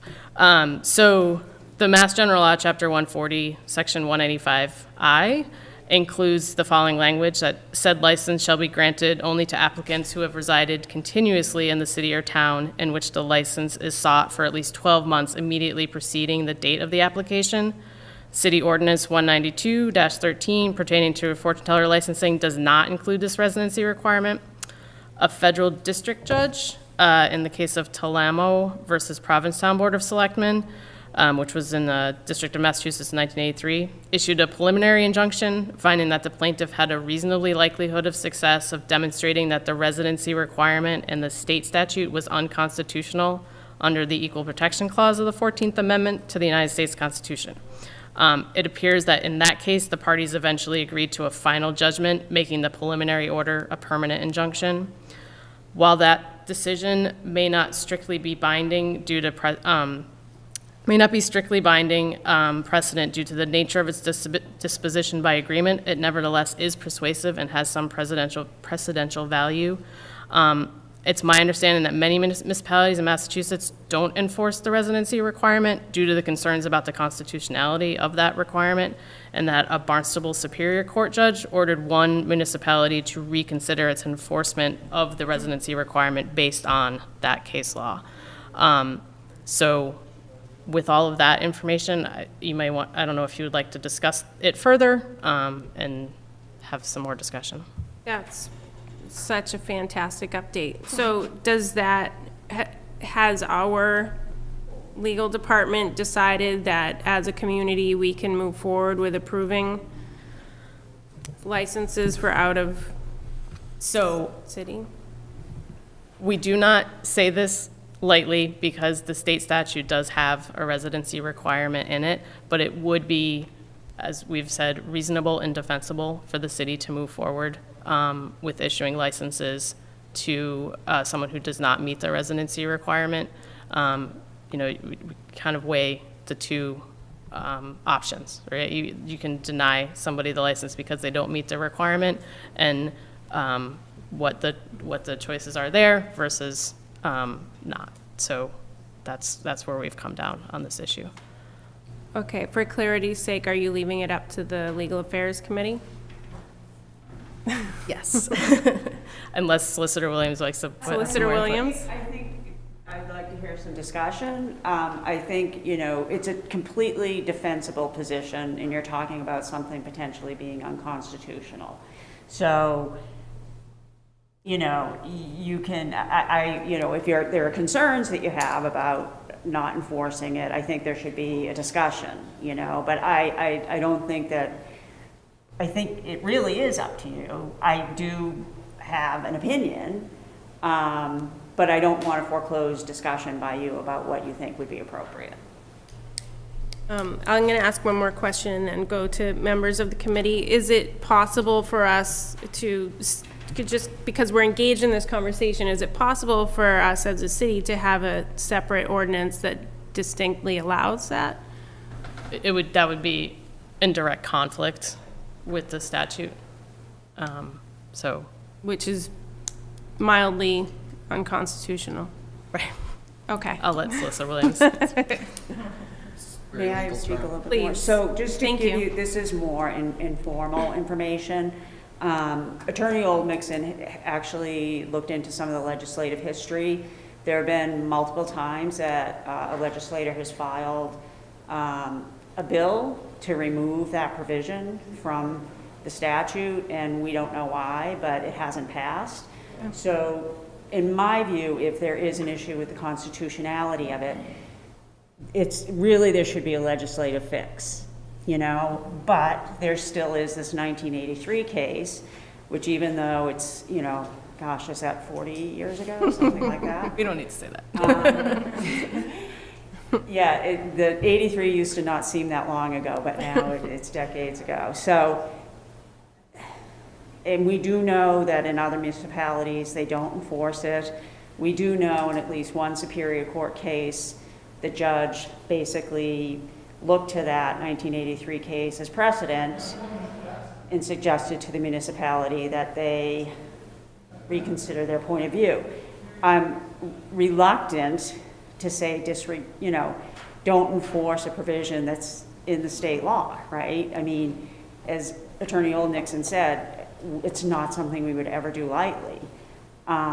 So we're sort of between a rock and a hard place here, you know. I think it would be entirely defensible to not enforce it. I could defend that position. Okay, that's great. Okay, so thank you to the committee for being so patient while I indulged in some of this conversation that I also have thought more about than I ever knew I would. Yes, and right, exactly. You've been involved with this too, because it kind of all starts in the clerk's office. Counselor Sweeney, thank you. Thank you, Madam Chair, and thank you both, Solicitor Williams and Attorney Oldmixon, for taking the time to research this. One thing I'll note for my colleagues here is in reading this particular section of Mass General Law, the only sort of penalty that I saw for violating what's listed, including the residency requirements, is that whoever tells fortunes for money, unless licensed under this section, shall be punished by a fine of not more than $100. So it doesn't sound like there would be any potential liability for the city, even if we were to violate the residency requirement in issuing this license, as long as the applicant is comfortable taking that risk. But I guess then this is my question for the solicitor's office. It sounds like, based on what we have heard, there haven't been any enforced penalties for municipalities that have violated that portion of the statute. Can you just confirm that that's... I don't know Okay. one way or the other. That's if understandable. That's the case. And you raise a good point, that it's ultimately it will be the responsible of the person who holds the license if it is a violation. You know, so you would be issuing it based on this understanding. In my understanding, I don't know if it's this particular applicant, but this whole issue was raised by an applicant. And so, you know, you would be issuing it based on this sort of position that's being taken, that it's unconstitutional. You know, you're not a court, Like, you can't decide one way. I'm not a court. And so really it would be up to that person, that individual. They proceed at their own risk, ultimately. So. Okay. Just a couple of questions. Basically, where it seems that we've had an influx of fortune teller licenses out of nowhere. I mean, I haven't been long on the council, 2.5 years. I think we've had maybe 2. In this particular session, we've had 3 or 4 already. I don't know the reasons behind it, if it's that Salem's having their people come over, you know, that there's an influx from over here, but I guess my question is, addressing these different types of ambiguity of the law, I guess, or interpretation, or however you want to put it, are we looking as a community to really update our fortune teller ordinance as well? Because right now it's very, very, as we've said, bare bones. Are we looking at that right now? I know these licenses would not be under that ordinance. I mean, it would be under the current ordinances, but going forward. Yeah. It's something we can do. I mean, the solicitor's office hasn't given consideration to that. But I'd be happy, you know, to discuss with anyone the possible need for that. There needs to be more detail in it. So. Thank you. Thank you, Madam Chair. Thank you. Did you have anything to follow up on that? No? Okay. All right. Any other questions from committee? I guess just a quick point for discussion as to what we're going to do here. My only concern, given that it seems as though the onus is almost squarely on the fortune teller and taking this risk, up to $100 fine, it doesn't sound like we would incur any legal expenses. Likely not, but that potential is always there. So I guess that would be my only concern of potential liability for the city if there were ever to be some action taken against us for granting this license in violation of the statute.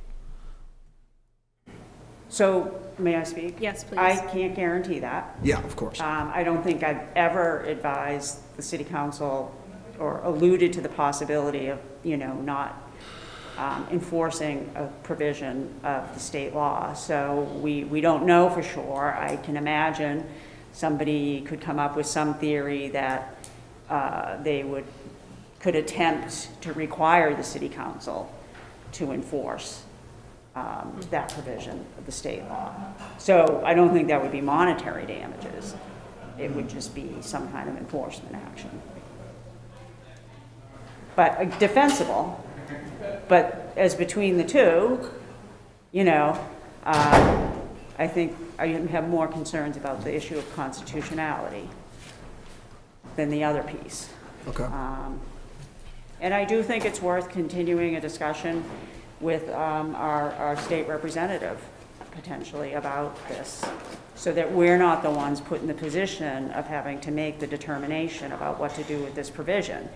We're not the only municipality who's had to deal with this.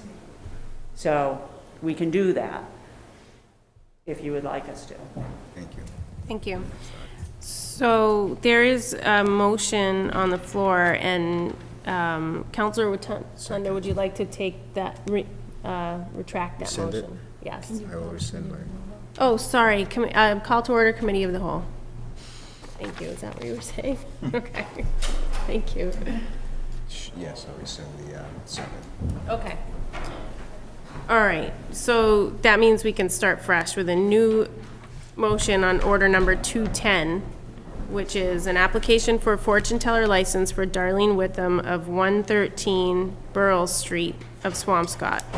I think as a committee, we've discussed this enough, unless there's last minute thoughts to share. No? Okay. Does someone have a motion? We motion to approve or to deny? Well, that's up to us. Right, so I'm going to motion to deny it still, just because of the fact of the statute on the books right now. Okay, is there a second? Could you please repeat your motion, Councilor Rotundo? Motion to deny the application due to the fact that it's an out-of-city application. I will second the motion. And I guess what I should also have said is second for discussion, and I just have one comment to make is that I feel comfortable approving this license only because of, just to sort of balance out the idea of that the ordinance itself or the state law is or has been found to be unconstitutional at some point in time, even though it was in the 80s. I still think that counts. But also feel like as a community, we could look at this, although it sort of suddenly became a priority, and I think the solicitor's office has done a great deal of research, and I mean, in less than a month, came up with a lot of information that has made me feel comfortable moving this forward. I think as a city, we do need to look at this, and I know from conversations with Ms. Kent, we've talked a little bit about actually reviewing all of our license applications in general. So I feel comfortable moving forward with this, given that the work that's been done behind it, and also committing to creating, just really looking at this ordinance to make sure that it's clear going forward. Okay, any other discussion? Counselor Sweeney? No? Okay. So the motion on the floor is to deny the permit. Those in favor? To deny. Opposed? Motion fails 2-0. So that means the license was approved. Or no, we have to then, okay. Whew, okay. So that motion failed. I would accept a motion to approve order number 210, application for a fortune teller license for Darlene Witham of 113 Burrell Street in Swampscott. Just one quick comment, Madam Sure. Chair. I see the same asterisk here that mentions the pop-up at local business. It's the same location. I would assume you guys would both be following that same business model. Good call. Just 1 minute. I'm going to keep that in my mind and see if we can kind of get through this. I'll make the motion now, but wanted to clarify that to note we should probably make the same contingency. Would you like to add conditions to that motion? Sure. I would move to approve the request for a fortune teller license for Darlene Witham of 113 Burrell Street, Swampscott, contingent on approval of the required city authorities with regards to solicitation activity as, I forget the term, as read into the record by Attorney Old Nixon. Beautiful. Is there a second for discussion? Second. And any other discussion? Okay, those in favor? Aye. Opposed? Okay, motion passes 2-0. 2-1, sorry, math, okay. Okay. Ms. Perry, do you still feel like you need to share something with us? No. If you, okay, got it. Perfect. Okay, thank you. Okay, let's keep going, shall we? All right. Shall we? Thank you so much for all your input. I'm so glad the solicitor's office and team was here today, so thank you. Okay, order number what about 220? No? No, that's not ours. Okay. All right, so order number 221, which is, let's see, so this is our series of Pond Street matters. So declares that 10 Pond Street is available for disposition. And this is the portion of 10 Pond Street necessary for the installation of a pole and an overhead electrical distribution system. Is there anything from the solicitor's office that you'd like to kind of share with us about this series of requests for This is easements? a pretty standard request for, so obviously we have a third party who's doing the installation of the solar canopies at the two Pond Street locations. Essentially, the electric company wants to know that the owner, they need permission from the owner to go in and install the infrastructure that is needed for Kearsarge to complete their construction of the installation. So I think they're just two different addresses, which is why they're two different orders. And there's also above ground and below ground work that they're going to be doing. But essentially, Mass Electric Company needs easements in order to be able to do the installing the infrastructure in order to allow the canopies to be completed and connected to the grid. Okay. Any questions from committee members? Counselor Sweeney? Thank you, Madam Chair. Thank you. Solicitor Williams, to your knowledge, is this request tied directly to the grant of location that the council granted earlier this meeting on the sidewalk at the Pond Street location, or would this easement actually be within the lots themselves? And So that's- I don't know about what those, I heard the gentleman who spoke say it's related to the solar project. Yes. I personally don't know that. The reason that these are easements is because it's on our city-owned lot versus a grant of location on a public way. Okay, so I guess then Those that, weren't easements. People were using the term easement. That was a grant of location. Yes. These are actual easements that will get recorded with the Registry of Deeds. so I guess understanding that and kind of rephrasing the question that I have here, is it standard practice at the city when National Grid installs a utility pole and accompanying infrastructure, wires and whatnot, to grant an easement for any section of a public way, whether it's, a small portion of a sidewalk? No, because there's a state statute there's a statute and an ordinance that talks about what the process is. Okay. For grant of location on a public way. This is our city-owned parking lot, which is not considered to be a public way. Okay. It's just city-owned property, general corporate property. That is, we can either grant the easement or not. Okay, and that's the There's no difference in this statutory case? obligation to grant this easement. Okay. That's helpful. Thank you. Okay. Okay, any other questions from committee members? Okay. I would accept a motion to approve order number 221. So moved. Second. Those in favor? Aye. Aye, motion passes. Thank you. Order number 221A is, obviously goes with 221. And this is for a proposed order to approve the grant of location of a utility easement to the Massachusetts Electric Company for 10 Pond Street. And this is just slightly different equipment. This is the underground portion, I believe. No, this is also overhead, sorry. Any questions from the committee? No? All right, I would accept a motion to approve order number 221A. So moved. Second. Those in favor? Aye, motion passes. Okay. These two. Okay, got it. All right, on to 11 Pond Street, order number 222, declaring that 11 Pond Street is available for disposition and a portion of 11 Pond Street necessary for the installation of an underground electrical distribution system. Questions from the committee? Questions? Okay, I would accept a motion to approve order number 222. So moved. Second. Those in favor? Aye. Aye, motion passes. 222A, a proposed order approving the grant of location of a utility easement to the Massachusetts Electric Company for 11 Pond Street. Questions from the committee?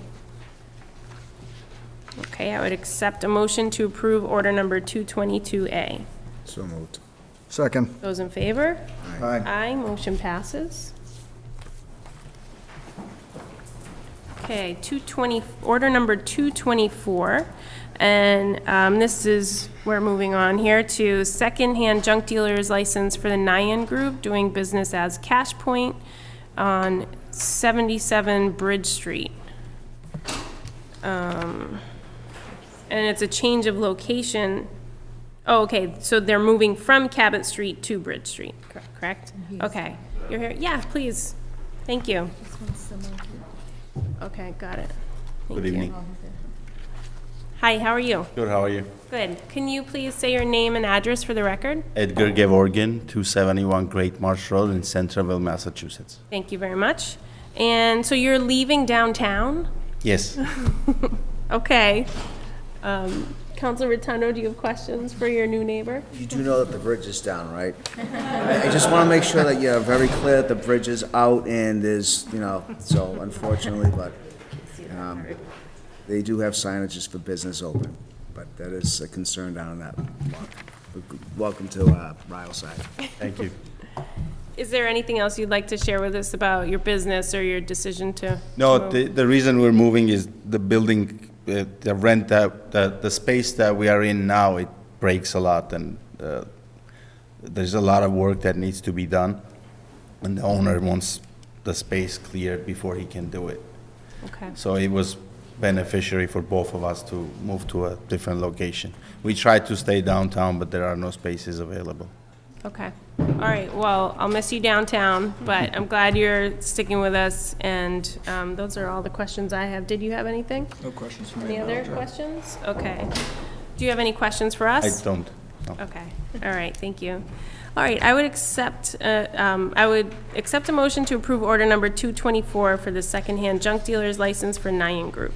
So moved. Second. Those in favor? Aye. Motion passes. Okay.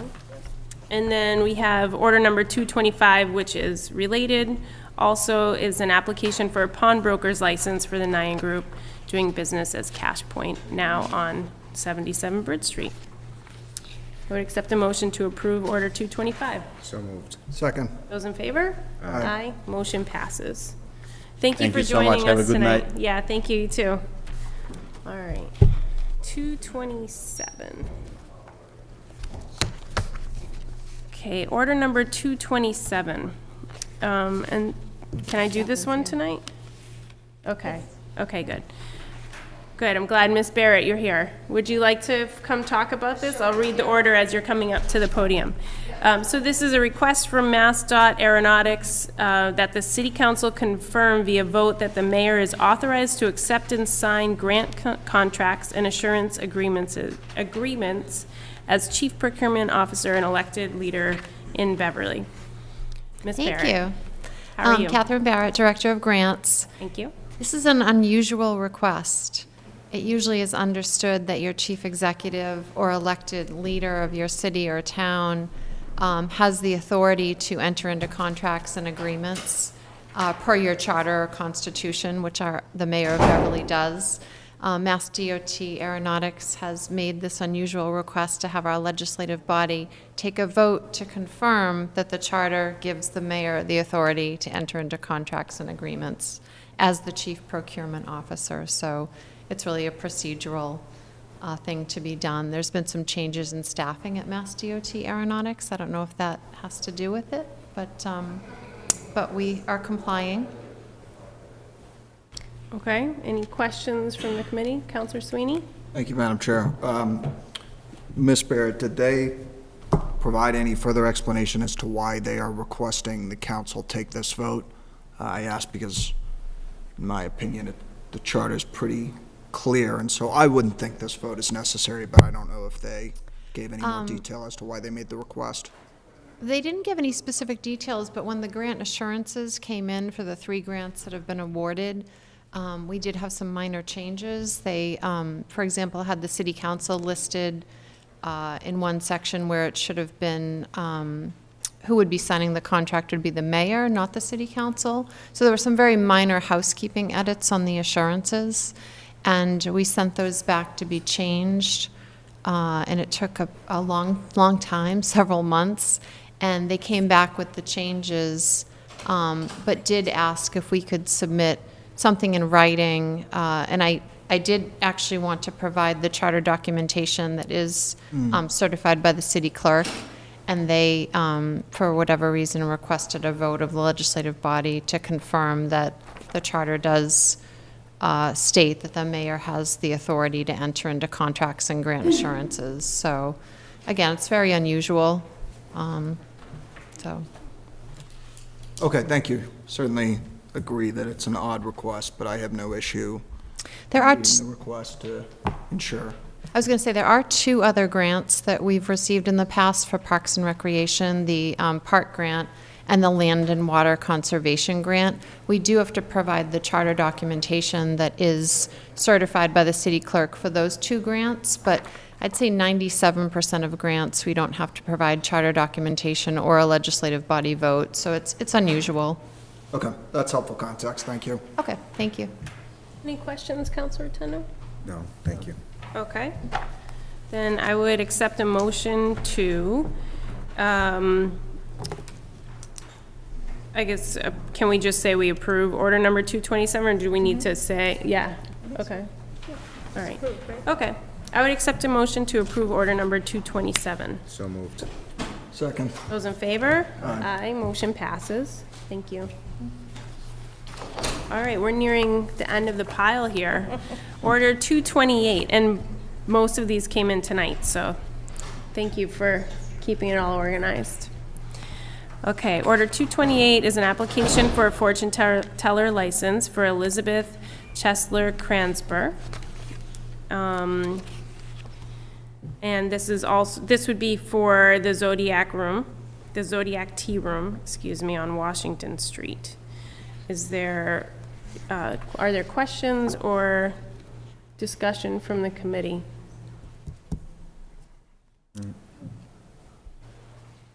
No? Okay, all right, I would accept a motion to approve order number 228. So moved. Second. Those in favor? Aye. Aye, motion passes 3-0, thank you. Order number 229 is an application for a fortune teller license for Laura Nestor. And this is also, I believe, let me just make sure, this would also be for the Zodiac Tea Room on Washington Street. Questions or comments from the committee? Okay, I would accept a motion to approve order number 229. So moved. Second. Those in favor? Aye. Motion passes 3-0.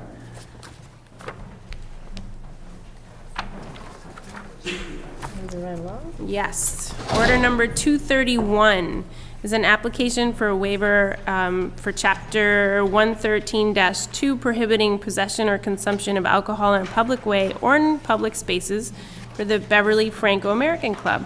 I believe we have some representation from the Franco-American Club. Thank you for staying with us all night. Would you like to take the podium and just let us know your name and address for the record and tell us a little bit about the party you'll be having? Hi, Robert Halpern, 74 Livingston Ave. So I'm the president at the Beverly Franco-American Club. Sue Gabriel from Bootstraps contacted me when I became president for their 30th anniversary, 30 years in business, and wanted to do a big block party. They don't really have a lot of space where they are in their parking lot, so they wanted to use our space and their space, and since then, Paul from Gentiles is now associated, so we're gonna have our whole parking lot. It's gonna be a beer garden for them, for us. We're gonna have kids' activities. We wanna be able to pass, so Wallace Street's gonna be closed. They have 2 officers that are gonna be there, and they're having a band at Bootstraps, so we wanna be able to walk back and forth across the street to the beer garden, back to the band, and stuff like that. Got it. So, Sounds like fun. And actually, that date is already on my calendar, so. yeah. I hope you all will attend. This will only be better. Any questions from the committee? Sure, Counselor Sweeney. Thank you, Madam Chair. Just a quick question in looking through the supporting materials. I saw that the certificate of liability insurance for the club was provided. Appreciate that. Yep. My question is, does the club also have TIP certification? Yes, everybody there is TIP certified. Okay. Yep. Is that required documentation as part of this application? You had submitted that to the We city? have all that documentation. I don't know if that was required, though. Do you know if that's part of the application? Okay. All right, thank you. Yep. So just to confirm, Ms. Kent, you have all of the documentation that Counselor Sweeney is looking for this, for the Franco? For the Franco, application? yes. Okay. It came from the mayor's office. Okay. Okay. Yeah. The next two is what I just told you. Okay, perfect. Any other questions from committee? No? Counselor Rotundo? I think it's just sort of what we did with the block party with the condition of, but I don't know if that would be with the Franco, if it would be more with Gentiles. That's more just me thinking aloud when we had to make sure that it was required that they followed all the conditions of the liquor board. But I think that's what the next one, so I was just thinking out loud, sorry. Okay, Myself.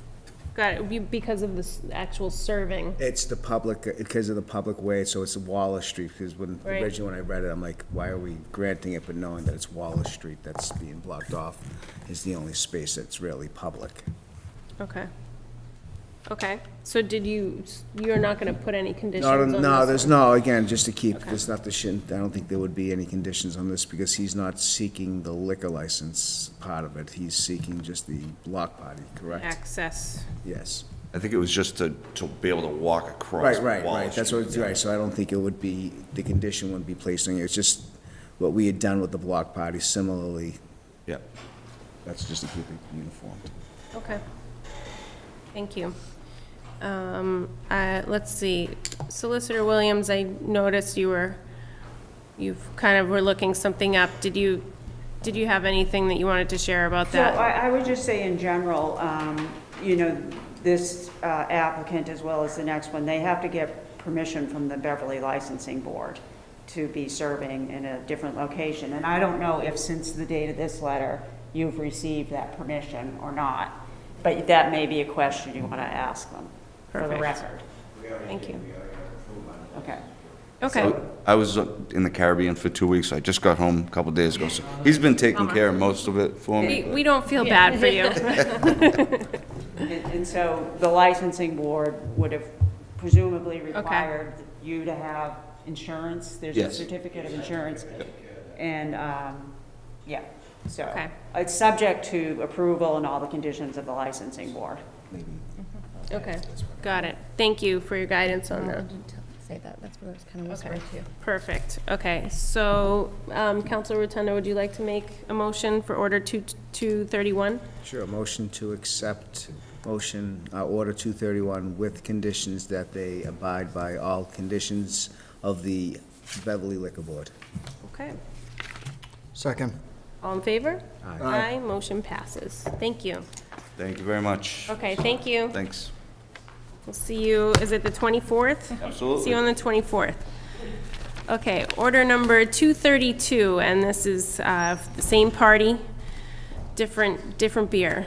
Okay, an application for a waiver for Chapter 113-2 prohibiting possession or consumption of alcohol in a public way or in public spaces for Gentili Brewing Company. And Mr. Gentili is here. Would you like to share a little bit about what you're looking forward to? So Paul Gentili, 25 Rowell Ave. Yeah, it's I have two of these on the docket tonight. This one it's the same, right? We thank them, Franco, for allowing us to be in their parking lot, and hopefully you approve this order as well, so that we don't have to have different cups. But yeah, we're just gonna set up and serve beer there and try to have a nice party for Bootstraps, so. Just wanted to be a part, we were asked to be a part of it, we'd like to be a part of it, so. Perfect. And have you also gone through the licensing Yeah, so the way that the process? dates fell on the calendar, the licensing board meeting was first, and the city council didn't meet until tonight. So the licensing board, both of these applications that we have in front, these orders we have in front of you, they were approved by the licensing board contingent on city council granting the waiver, passing this order, approving this order. Got it. So, and then they put other contingencies in with the license that we'll, of course, abide by. Okay. And it's my understanding that we do have the. We need to get that. Okay, we need to still receive the insurance documentation. Okay. I thought that went through last week, so I'll talk to Martha Lewis about that. I thought Okay. there was emails that went back and forth between her and my insurance company and myself, and they should be all set. Okay. So our insurance renewed August 20th, so I had to get the new policy. That's what she said. It had to have the new policy expiration date on it, and I thought that all went through. So Okay. apparently not. So I'll make sure that we get that. I'm sorry I didn't get it there. I thought it was checked off my list. Thank you. Okay, so, Same motion. any questions from the committee? No? Okay, Counselor Rotundo? So the motion, Order 232, is to grant the order with conditions that the the Beverly Liquor Board's conditions are followed, as well as the liquor liability insurance policy is in hand prior to the event. Beautiful. Second? Second. Those in favor? Aye. Motion passes. Thank you. Thank you. Okay, and then we have order number 233, and this is an application for a waiver for Chapter 113-2, prohibiting possession or consumption of alcohol on a public way or in public spaces, again, for Gentili Brewing Company, and this is actually for Ryleside Day, which takes place on October 1st. Yes, so the Ryleside Civic Association had this event last year on a different date. They moved it to October 1st, first Saturday in October this year, rain date of October 2nd. So I just want to make sure that as we talk about this, should it get moved, we would like this order to kind of follow with it. And that was on the licensing board application as well, where I had October 1st as the day and then the rain date of October 2nd. So I just want to make sure that I'm clear up front about that. Last winter, the Ryleside Civic Association organized and funded an ice rink at Livingston Park for the neighborhood. And it was used by the whole city. Everyone was coming down for it. And the idea for this beer garden at Ryleside Day this year is to basically set up a faux ice rink, kind of where it was, using, fencing, and have the beer garden on the inside as a way to promote the fact that unfortunately winter is coming, but fortunately we're going to do the ice rink again. So it was like kind of, and the licensing board likes things to be fenced off, especially when there's alcohol involved, and especially when we're seeking a waiver for a public park. So that was kind of our creative solution to accomplish that. So we're fencing where it's going to be, and there'll be a little entryway, and we'll check IDs, do wristbands, and just keep people contained. And it should be a nice way to celebrate. Awesome. You're such a good community partner. We try. Thank you. And the beer is good too. So that's We try. Thank like you. both two wins right there. So any questions from the committee? Okay. Councilor Rotundo, you've been on a roll with the So- conditions and whatnot. So, a motion to accept Order 233 with conditions that Mr. Gentili has the liquor liability license, insurance policy in place, as well as allowing for 2 days of the license as prescribed by the Liquor License Board for October 1st and October 2nd. Yeah, correct. So, Okay. Second, sorry. Those in favor? Aye. Motion passes. Thank you. Thank you. We're good. Did we get to the end? We did. Okay. Unless it's still down there. No, I know, right? Okay, so, motion to adjourn committee of the whole. so moved. Is there a second? Second. All in favor? Aye. Okay, and motion to adjourn legal affairs committee. So moved. Second. Those in favor? Aye. Okay, we're adjourned. Thank you, everybody, for your support and patience.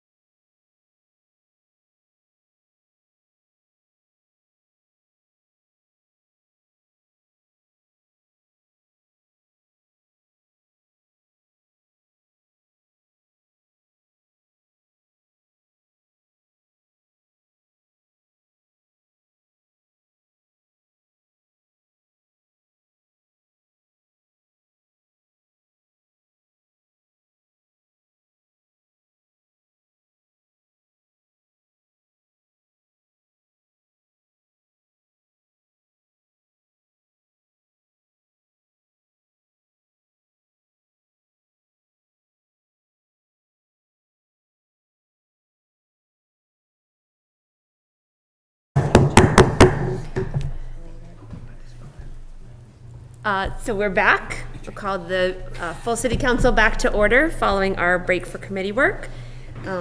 And before we have reports from committees, we will just quickly touch on our agenda. There's unfinished business from previous meetings. And I just wanted to mention or remind us, also remind anyone who might be watching on BevCam, members of the public, that we do have as unfinished business Order 75 and 75A. These are the Charter Review Committee final report and amendments to the Charter Review Committee draft charter amendments. So essentially, this is our chance to finish up the work that was begun on the regular revision, checking in about the city charter, and that will happen at a special meeting on September 27th. So those will be maintained in this section of our agenda until that time.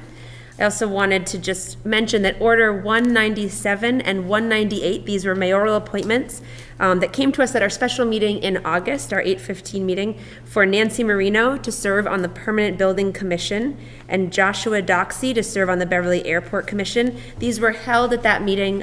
Councilor Houseman exercised his councilor's privilege to hold those. However, today we also received in the clerk's office just a memo from Assistant Solicitor Old Mixon, just noting that Section 210 of the charter, the city charter, which governs mayoral appointments, provides that unless the city council votes to reject or affirm the appointment in a shorter time frame, appointments become effective on the 30th day following the date on which the appointment was made by the mayor. And so we are more than 30 days from when the mayor made those appointments. And I will note that the clerk had reached out for that clarification at my request. Ms. Olmixon, I don't know if there's anything that you want to add. I thought I remembered this happening one other time, and so I asked Ms. Kent if she could please just double check whether we were voting on these tonight. I will say, we did receive more background information supporting materials resume. I think, Councilor Houseman, that's what you were looking for. Yes. For both of these appointments. They are now appointed to their respective committees. Thank you, if you're watching, thank you for your service. Nancy Marino actually was here at the beginning of the meeting, so thank you, Nancy, if you're watching, for coming by and for serving. This is certainly not, for either of these folks, not the only thing in the city that they're involved with, and so thank you very much. And she watching the Emmys? I think so. I think Nancy may be home watching the Emmys, but she may watch this later. All right, with that, let's go to reports from committees, please. Order number 24A, the Committee on Finance and Property, to whom referred the matter regarding a letter from Councilor Houseman regarding the Financial Forecast Committee, has been received and placed on file. No, that's right. You're gonna ask for Sorry, Ms. Kent, I was just really interested in what you had to say. Questions or comments on that? The question comes on the acceptance of the proposal and the adoption of the recommendation from that subcommittee to receive and place on file. All those in favor? Aye. Thank you. Motion carries 9-0. Order number 58, the Committee on Public Services and Committee of the Whole have considered said matter. I believe it was in Finance and Property as well, and that's who this one is from, have considered said matter of, to wit, a discussion on rodent infestation in downtown and other neighborhoods, and they received and placed on file. Thank you. Questions or comments on this one? Question comes on the acceptance of the proposal and the adoption of the recommendation from the subcommittee to receive and place on file. All those in favor? Aye. Thank you. Motion carries 9-0. Order number 60, the Committee on Finance and Property have considered said matter and beg leave to follow. A letter to meet with Finance and Property for discussion on the budget, received and placed on file. Questions or comments on this one?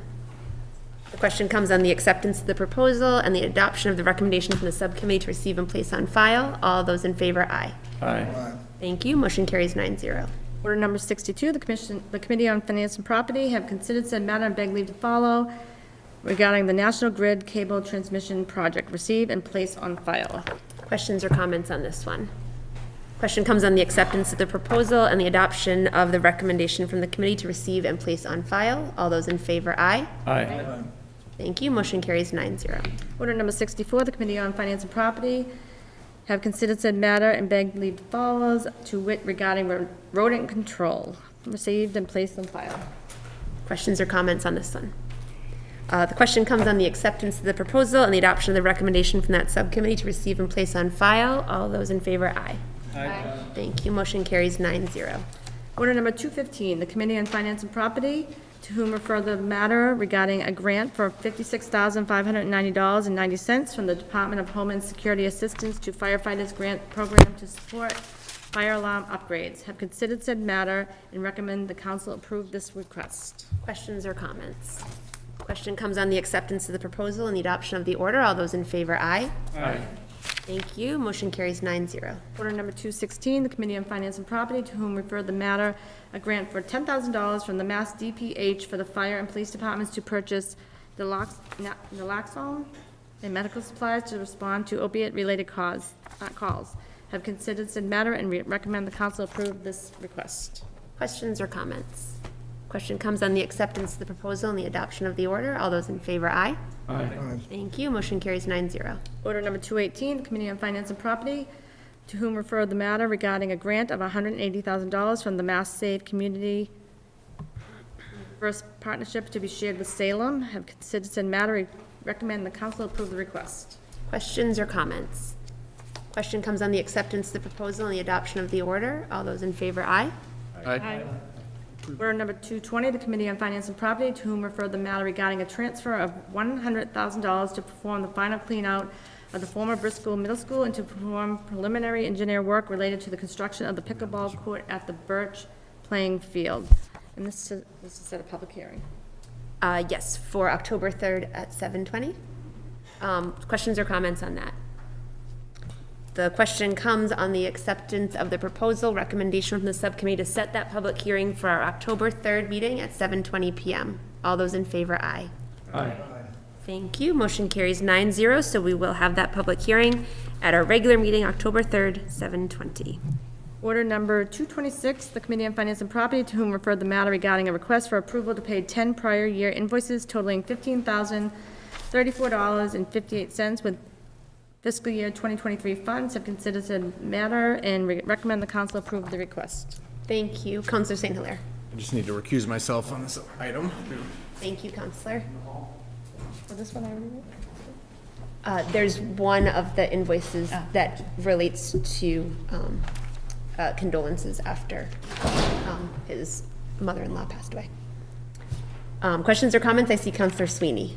Thank you, Madam President. This question is either for Mr. Ailes or Ms. Barrett. I noticed two of the invoices payable to Fort Point Associates Incorporated for roughly $6,500 tied to the submission of a MVP grant application, the Bass River Municipal Vulnerability Preparedness Application. I was wondering if you could elaborate upon the role that this consultant played as opposed to any application being formulated in-house, essentially. Sure. So this is a grant that spanned multiple departments. One of the biggest proponents being Emily Hutchins out of the planning department. It was during her transition to exit the city's employ, along with a very tight timeline that was required in order to get the grant submitted, and the coordination amongst many different departments, along with certain expertise that was required for the grant application. The decision was made to hire a grant coordinator to pull it all together and get it submitted by the timeline necessary. Thank you, Mr. Ailes. And just quickly to follow up, would you say that this is not typical practice, and because of the extraordinary circumstances of staff turnover, that's why the additional capacity was required? Yeah, that's a fair comment and fair observation. We don't typically do this. We typically have the capacity among our very talented staff to be able to do this internally. This was a kind of a somewhat unique situation. There has been maybe one or two or three other times that we could recall where we've had to do this for whether it's particular expertise is needed or some just additional capacity to get to hit a deadline. Not often, though. Okay, thank you, Mr. Ailes, and certainly appreciate the hard work of city staff, especially Ms. Barrett, in finding and applying for these grants. Thank you, Madam President. Thank you very much, Counselor Sweeney. Are there other questions or comments on this one? Question comes on the acceptance of the proposal and the adoption of the order. All those in favor? Aye. Aye. Thank you. Motion carries 8-0. And thank you, Counselor Houseman. I assume you're going to bring back Counselor St. Hilaire. And thank you, Mr. Ailes, for your response to Councillor Sweeney's question. Thank you, Councillor. Welcome back. Thank you. Ready? I am. Order number 168, the Committee on Legal Affairs, to whom refer the matter regarding an appointment for Mr. Ahmed Fred Kawi, 21 Westgate Road, Apartment 3, Chestnut Hill, as constable. Have considered said matter and recommend the council approve the appointment. Questions or comments? Question comes on the acceptance of the proposal and the adoption of the appointment. All those in favor, aye. Aye. Motion carries 9-0. Order number 193, the Committee on Legal Affairs, to whom refer the matter reappointment of Mr. Wayne Miller to serve as the Planning Board Representative on the Open Space and Recreation Commission, have considered said matter and recommend the council approve the reappointment. Questions or comments? Question comes on the acceptance of the proposal and the adoption of the recommended reappointment. All those in favor, aye. Aye. Thank you. Motion carries 9-0, and Mr. Miller is another very well-known, community-minded public servant. So thank you, Mr. Miller, if you're watching. Order number 195, the Committee on Legal Affairs, to whom refer the matter regarding an appointment for Captain Jake Kraling to serve as the Fire Department's representative of the Park and Traffic Commission, have considered said matter and recommend the council approve the appointment. Questions or comments? Question comes on the acceptance of the proposal and the adoption of the recommended appointment. All those in favor, aye. Aye. Thank you. Motion carries 9-0. Order number 199, the Committee on Legal Affairs, to whom referred the matter and appointment for Mr. George Gomes to serve on the Beverly Planning Board, have considered said matter, recommend the council approve the appointment. Questions or comments on this one? Question comes on the acceptance of the proposal and the adoption of the appointment. All those in favor? Aye. Thank you. Motion carries 9-0. Thank you to Mr. Gomes for your willingness to serve as well. Order 206, the Committee on Legal Affairs, to whom refer the matter regarding an application for the new petroleum storage license for 61 Cabot Street Real Estate LLC. Have considered said matter and recommend the license be granted. Questions or comments on this one? Question comes on the acceptance of the proposal and the adoption of the order. All those in favor, aye. Aye. Thank you. Motion carries 9-0. Order number 209, the Committee on Legal Affairs, to whom refer the matter regarding an application for a fortune teller's license for Lillian Harriet 8 Appleton Ave, have considered said matter, recommend the license be granted and the contingency that they obtain permission to get a solicitor's permit as well, and something about you.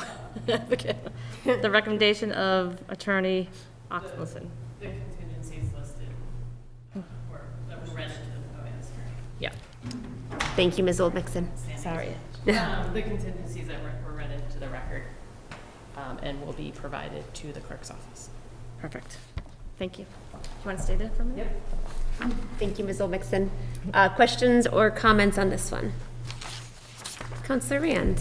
Thank you for, I just wanted to say with the entire council here that the solicitor's office came today with a lot of information for the Legal Affairs Committee to take up these fortune tellers licenses, and we had a pretty robust discussion with lots of questions and some case examples.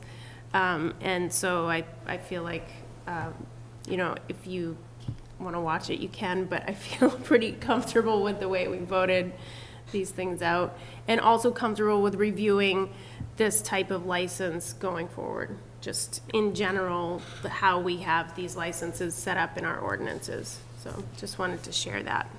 Thank you. Thank you very much, Councillor Rand. And I know you've been doing some research on that as well, so thank you for your work as well. Thank you. Other questions or comments? Question comes on the acceptance of the proposal and the adoption of the order. All those in favor, aye. Aye. Thank you. Motion carries 9-0. Order number 210, the Committee on Legal Affairs, to whom referred the matter regarding an application for a fortune teller license for Darlene Whittam from 113 Burl Street in Swampscott, have considered said matter. Recommend the license be granted with the same contingencies that we spoke about, that they have all their paperwork, they get a solicitor's license, and the information that Ms. Oldmixon was referencing. Yep, referenced, yes. Thank you. Are there questions or comments on this one? Question comes on the acceptance of the proposal and the adoption of the order. All those in favor, aye. Aye. Thank you. Motion carries 9-0. Order number 221, the Committee on Legal Affairs, to whom refer the matter regarding declaring the 10 Pond Street is available for disposition. The portion of 10 Pond Street necessary for the installation of a pole and an overhead electrical distribution systems have considered said matter and recommend the council approve that request. Questions or comments? Question comes on the acceptance of the proposal and the adoption of the order. All those in favor? Aye. Thank you. Motion carries 9-0. Order 221A, the Committee on Legal Affairs, to whom refer the matter regarding a proposed order approving the grant of location of a utility easement to Mass Electric Company for 10 Pond Street, have considered said matter and recommend the council approve that request. Questions or comments on this one? Question comes on the acceptance of the proposal and the adoption of the order. All those in favor, aye. Aye. Thank you. Motion carries 9-0. Committee on, order number 2222, sorry. The Committee on Legal Affairs, to whom the referred the matter regarding declaring that 11 Pond Street is available for disposition and a portion of 11 Pond Street necessary for the installation of an underground electrical distribution system. Have considered said matter and recommend the council approve that request. Questions or comments on this one? Question comes on the acceptance of the proposal and the adoption of the order. All those in favor, aye. Aye. Thank you. Motion carries 9-0. Order number 222A, the Committee on Legal Affairs, to whom was referred the matter regarding a proposed order approving the grant application of a utility easement to Mass Electric Company for 11 Pond Street, have considered said matter, recommend the council approve this request. Questions or comments? Question comes on the acceptance of the proposal and the adoption of the order. All those in favor, aye. Aye. Thank you. Motion carries 9-0. Order 224, the Committee on Legal Affairs, to whom referred the matter regarding secondhand junk deal license for the Nyan Group, DBA Cash Point at 77 Bridge Street, have considered said matter and recommend the license be approved. Questions or comments? Question comes on the acceptance of the proposal and the adoption of the order. All those in favor, aye. Aye. Thank you. Motion carries 9-0. Order number 225, the Committee on Legal Affairs, to whom refer the matter regarding an application for a pawnbroker's license for Nyan Group, DBA Cash Point at 77 Bridge Street, have considered said matter and recommend the license be granted. Questions or comments? Question comes on the acceptance of the proposal and the adoption of the order. All those in favor, aye. Aye. Thank you. Motion carries 9-0. Order number 227, the Committee on Legal Affairs, to whom referred the matter regarding a request from Mass DOT Aeronautics that the City Council confirm via vote that the mayor is authorized to accept and sign grant contracts and assurances agreements as Chief Procurement Officer and elected leader of Beverly. Have considered said matter and recommend the council approve the request. Questions or comments? Councilor Bowen. Thank you. I just had a question. I heard the discussion earlier and agree that it's stated very clearly in our charter, so have no objection to us affirming what is currently in our charter, but did hope that we could get a copy of the request from MassDOT Aeronautics and just clarity on exactly what we are approving, only because that specific section of the charter was flagged by our charter review consultant as something that is unusual to say in that way in a charter and is a recommended change.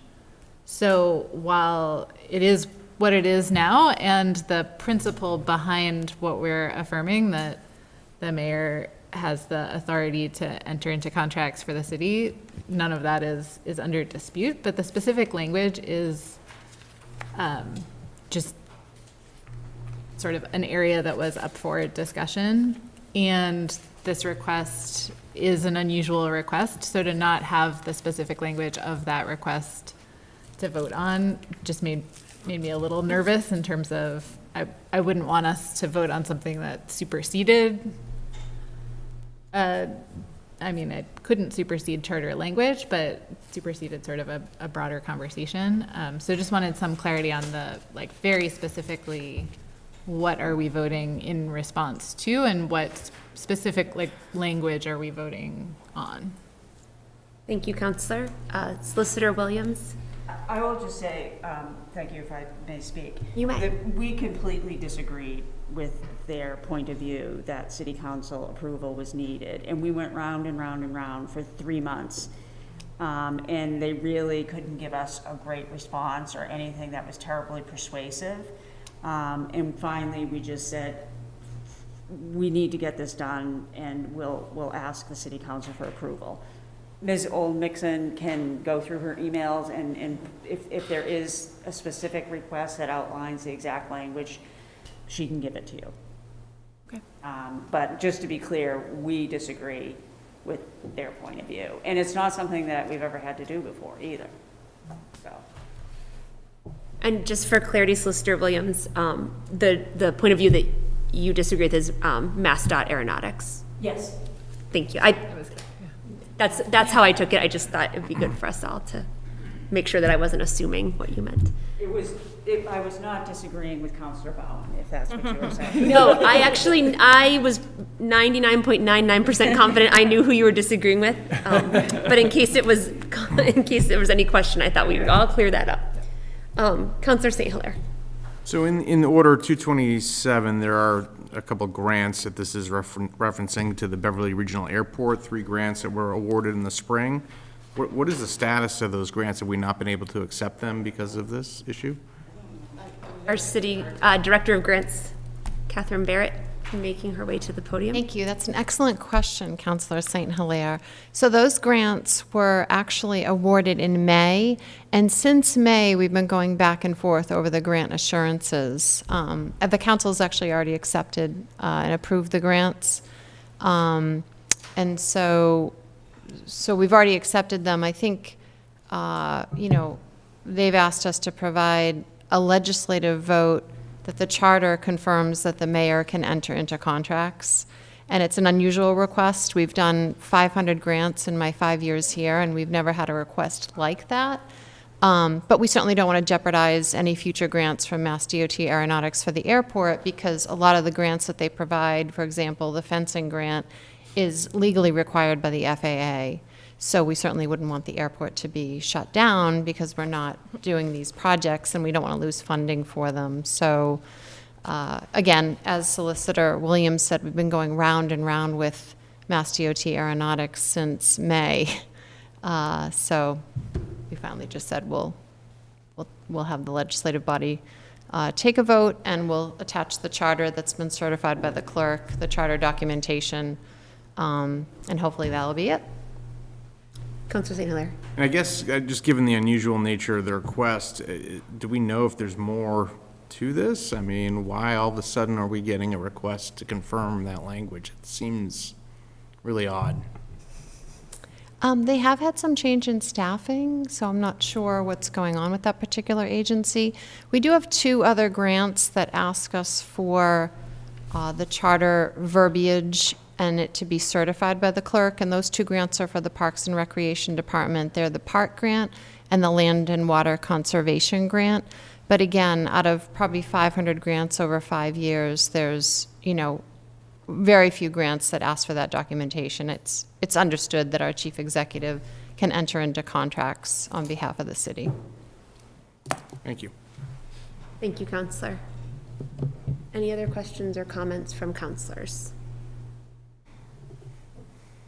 Thank you. Counselor Bowen. I guess just to clarify, the order in front of us is if we were to vote in favor, we would be responding to this request with a copy of our charter, or we would be responding with some statement? We are giving a copy of the charter, the documentation in the charter. So I know that the copy was provided to us as part of the documentation, so I'm just trying to clarify, are we just approving that be sent with our blessing as well, or? Thank you, Ms. Barrett. Assistant Solicitor Old-Mixon. Sorry, I of course had closed it just 3 minutes before it came up, so, but. Always how it happens. Yeah. The grant assurance that requires the signature also has a signature block for the city clerk to sign saying the vote happened. So that will go with the assurance, if that answers the question. Counselor Bowen. Thank you. It partially answers the question, but when we say certifies that the vote happened. That the vote that you're taking tonight that says, yes, the mayor has the authority to enter into the contract, or the assurance in this case, pursuant to the charter. Okay. Is that helpful? I think so.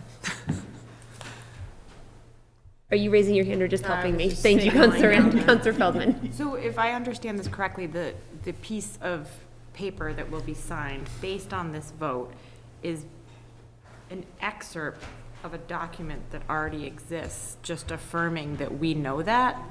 Just so I'm very, like, I just, like, because there's. Yes. Okay, so it's sorry. really just very circular, okay. So we haven't seen the document that we're voting on, but it's really just gonna say this is part of our charter, and they know that. Yes, Ms. Olmix, that's a question I think through me to you. Yes. Is Counselor Feldman correct that it's affirming that we know the charter? Yes, yes, and that the mayor has authority to enter into assurances. Okay. Yes. Counselor St. Hilaire. I guess I would be comfortable making a motion to support the language that's already written in the charter, if that is helpful to the administration.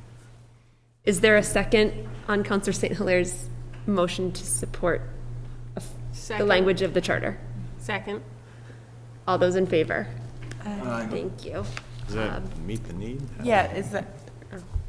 Well, I suspect that we also need to vote officially on Order 227. I actually don't have a copy of it. My computer Yeah, you can just use mine. died. Can I see it? Yep. Council President? Counselor Host. I have a question while the city solicitor is looking at this for Ms. Oldnixon. Would this be the same section of the charter that authorized the mayor to sign the initial agreement with National Grid regarding the cable transmission project? I don't, I'm not sure about that specifically.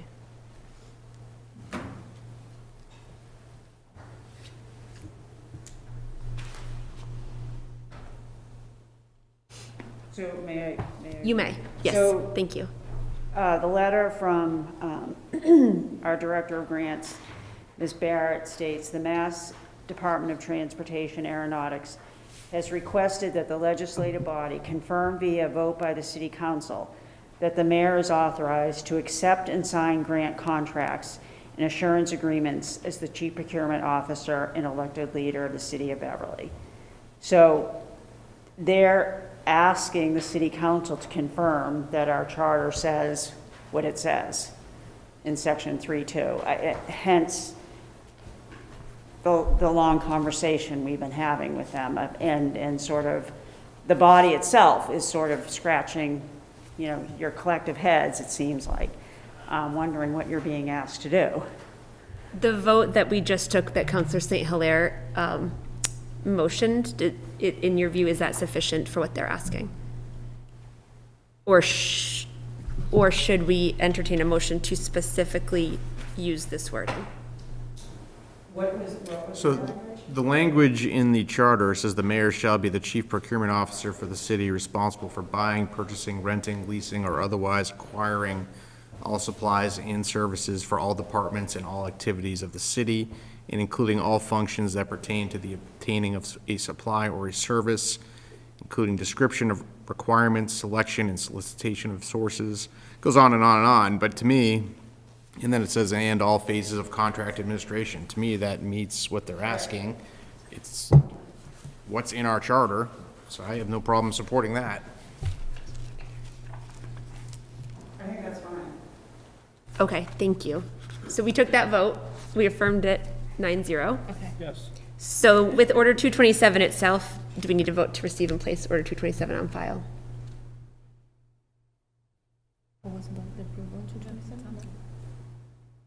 Well, that was a separate motion for a specific language that they could sign this? That's my question, I guess. This seems like this is the request to us to do it. Counselor St. Hilaire motioned, we voted. This is the request. You could just do that. Yeah, I'm just. Why not? All right, I entertain a motion to receive Order 227 and place it on file. Or no, I mean, vote on it. Yeah. Oh, approve it? All right.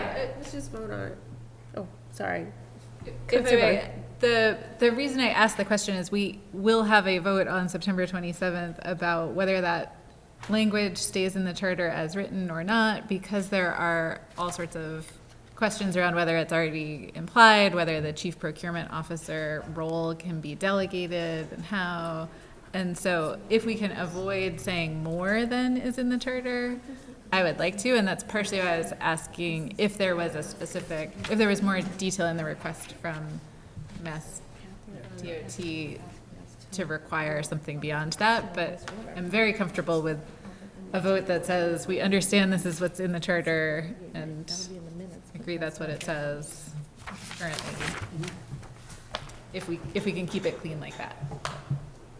So I would prefer to put the request from our own administration on file and have our response to MassDOT be the vote we just took, if that's a possibility. I think it seems fine to me. You know, as long as it's going to be reflected in the they're going to want to see a vote, right? In the minutes. So the clerk will have to type up whatever the language of the vote was, and 9-0, and so. Ms. Dixon, do you have the language of Counselor St. Hilaire's motion? I got lost. I got Repeat. lost too. Counselor St. Hilaire, will you make your motion again so we can make sure it's recorded accurately in the minutes? Sure. So I would make a motion that we approve the language that is existing in our city charter related to the mayor's procurement responsibilities. Do you need me to read the paragraph again, or? No. In authority. Section 3.2, under executive powers, enforcement of ordinances. Is there a second to Counselor St. Hilaire's motion? Second. All those in favor? Aye. Thank you. So by a vote of 9-0, the city council affirms the current language of the city charter that asserts the mayor's chief procurement officer and elected leader of the city. Perfect. Which seems that it then gives the city clerk the authorization to sign the document as Ms. Oldmixon was explaining. And then with Order 227, which is Ms. Barrett's request that we do what we did, I'll entertain a motion to receive this and place on file. Actually, we have a motion and a second on that. No, I don't. Can I have a motion to receive Order 227, place it on file? So moved. Second. Or did we already have did we already have a motion to approve it? Does that need to be? It just came out of subcommittee. Yeah, and subcommittee was approved, but. We can do something different with it on the floor though, right? Okay. Great, we have a motion and a second. Thank you, counselors to my left. All those in favor? Aye. Thank you. 9-0, and we will receive and place on file Ms. Barrett's words. Very confusing. Good? Yes, I think we're ready to move on. Order number 228, the Committee on Legal Affairs, to whom refer the matter regarding an application for a fortune teller license for Elizabeth Chesler Cransburg. Have considered said matter, recommend the license be granted. Questions or comments? Question comes on the acceptance. Oh, sorry, Counselor Bowen. Does this come with the same conditions as previously? It's at a, I probably should have read that more. It's at 7 Washington Street, Tea Room at 5 Washington Street, so it's in a business. So they're not soliciting or anything. Thank you. Any other questions or comments? Question comes on the acceptance of the proposal and the adoption of the order. All those in favor, aye? Aye. Motion carries 9-0. Order number 229, the Committee on Legal Affairs, to whom referred the matter regarding an application for a fortune teller license for Laura Nestor at 5 Washington Street, the Zodiac Tea Room. Have considered said matter and recommend the license be granted. Questions or comments?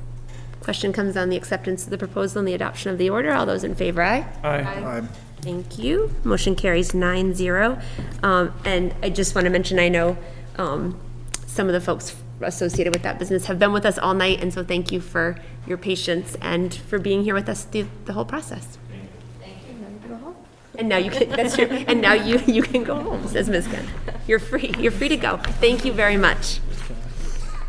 Order number 231, the Committee on Legal Affairs, to whom refer the matter regarding an application for a waiver for Chapter 113-2, prohibiting possession of consumption of alcohol on a public way or in public spaces for Beverly Franco American Club. Have considered said matter and recommend the council approve the request with all of the appropriate paperwork and licensing from the liquor board approval. Questions or comments? Question comes on the acceptance of the proposal and the adoption of the order. All those in favor? Aye. Thank you. Motion carries 9-0. Order 232, the Committee on Legal Affairs, to whom refer the matter regarding an application for a waiver for Chapter 113-2, prohibiting possession or consumption of alcohol in a public way or in public spaces from Gentilly, sorry, Brewing Company, have considered said matter and recommend the council approve the request with approval with the licensing board and all the paperwork, including the appropriate insurance. Thank you, Ms. Kent. Questions or comments? Question comes on the acceptance of the proposal and the adoption of the order. All those in favor, aye. Aye. Thank you. Motion carries 9-0. Order number 233, the Committee on Legal Affairs, to whom refer the matter regarding an application for a waiver for Chapter 113-2, prohibiting possession or consumption of alcohol on a public way or in public spaces for Gentilly Brewing Company, have considered said matter and recommend the council approve the request. Thank you, Ms. Kent, and it was very nicely said. Thank you. Questions or comments? Question comes on the acceptance of the proposal and the adoption of the order. All those in favor, aye. Aye. Thank you. Motion carries 9-0. And Mr. Gentili has also been with us here all night. Thank you for being here. And seems like there'll be some good community events coming up. Yes, and Ms. Kent says you too can go home. Everyone's getting to go home. Thank you for being here with us. Order number 217, the Committee on Public Services, to whom refer the matter for the reappointment of Joyce Frisello and Kathy Doan to the David Lynch Park Fund. This should have waited, so we won't talk about that one. We'll take that up at a future meeting. Order number 202, the Committee on Public Services, to whom refer the matter regarding a petition for National Grid Plan 297-56006 Pond Street for the grant of location, have considered said matter, recommend the council approve the request. Questions or comments? Question comes on the acceptance of the proposal and the adoption of the order. All those in favor, aye. Aye. Thank you. Motion carries 9-0. Order number 203, the Committee on Public Services, whom refer the matter regarding a petition for National Grid Plan 297-56006 Pond Street to excavate the public highways and to run and maintain underground electric conduits, have considered said matter. Recommend the council approve the request. Questions or comments? Question comes on the acceptance of the proposal and the adoption of the order. All those in favor, aye. Aye. Thank you. Motion carries 9-0. I lose my reading skills as we get. Ms. Kent, you're doing great. Order number 204, the Committee on Public Services, to whom refer the matter regarding a petition for National Grid Plan 297-56012 Chapman Street, a grant of location, have considered said matter. Recommend the council approve this request. Questions or comments? Question comes on the acceptance of the proposal and the adoption of the order. All those in favor, aye. Aye. Thank you. Motion carries 9-0. Order number 205, the Committee on Public Services, to whom was referred the matter regarding a petition for National Grid Plan 305-86010 for Weber Ave to install underground electric conduits, have considered said matter and beg leave to follow. More discussion is recommended, right? Yes. Councilor Feldman, this is... We did vote it out of committee. However, there was really an inability to answer any questions regarding this, and there was supposed to be a representative from gas here as well, and they were not. It's not that there may be nothing wrong with this, and it may be perfectly fine. I just didn't want people to go into voting on this with the assumption that we had been able to thoroughly vet this one. Even though it seems like it's run-of-the-mill, we don't have a lot of information to work with. So in terms of doing due diligence, we were unable to do that tonight. So want everyone to know that before going into a vote, if there's any further discussion. Thank you, Councilor Feldman. Councilor Houseman. Yes, through you, Council President, to Councilor Rand, who probably would be the most familiar and have the most concern or questions about this. How do you think about this particular order? Councilor Rand. Thank you. Thank you. Through you, Council President, to everyone. I think I support the move to hold it, get some more information, because even though it's a gas project, it's electric conduit, so I don't know, it would be good to know a little more about that. I've seen the markings, I haven't seen any work happen yet. I'd be happy to get a little more information from the gas side of National Grid. So given that, I would entertain a motion to table till our September 19th meeting, and the clerk's office can extend an invitation to National Grid to have their gas representative please come, and we can bring this back up at that time. Is there a motion to table till September 19th? Second. All those in favor? Aye. Thank you. So that carries 9-0, and Ms. Kent, you and I can work together to see if we can get them to be here. What was that gentleman's name? Like, is that his name? Yes. He was here tonight. That's who I would contact for more information. I think,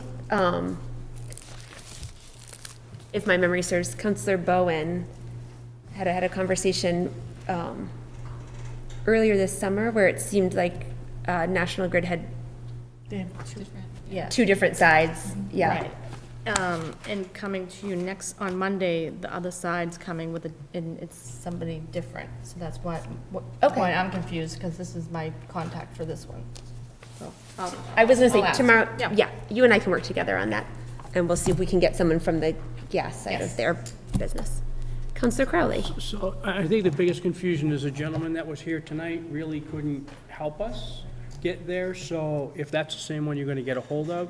That's the one I have as a contact. So I don't know, he wasn't able to tell us anything about it, really, so I think whoever the other side may be able to help, so I think as whoever we're reaching out to, then just give us clarification.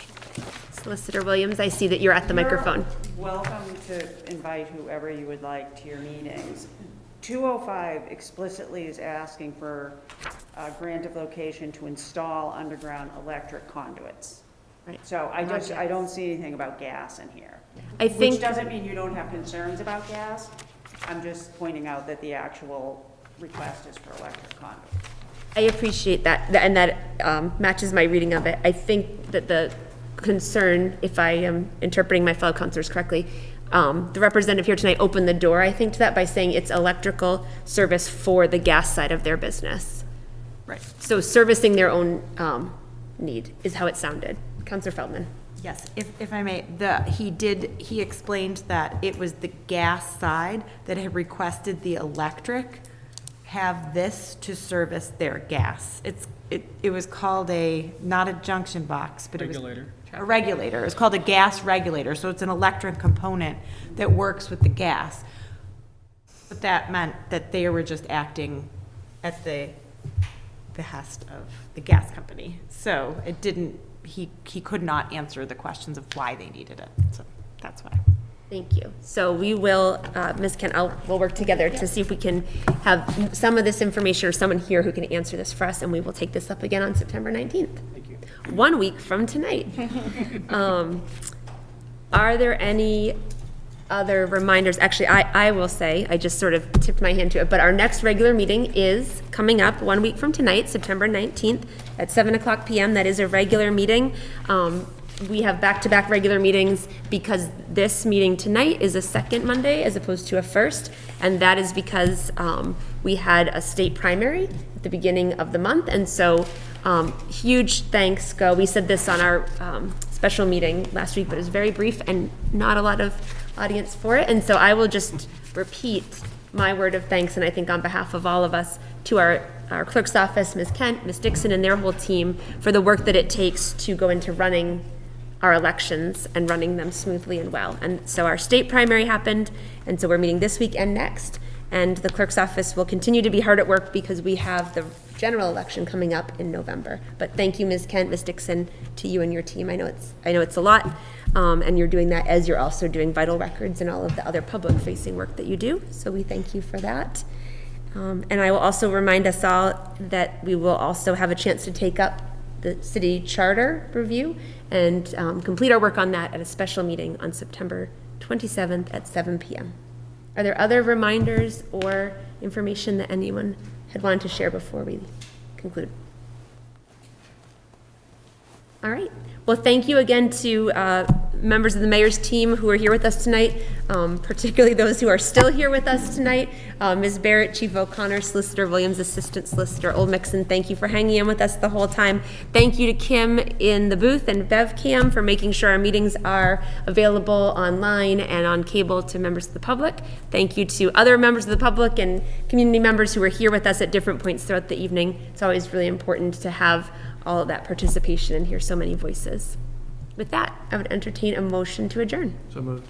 Second? All those in favor? Aye. Thank you. Motion carries. So we are adjourned. Your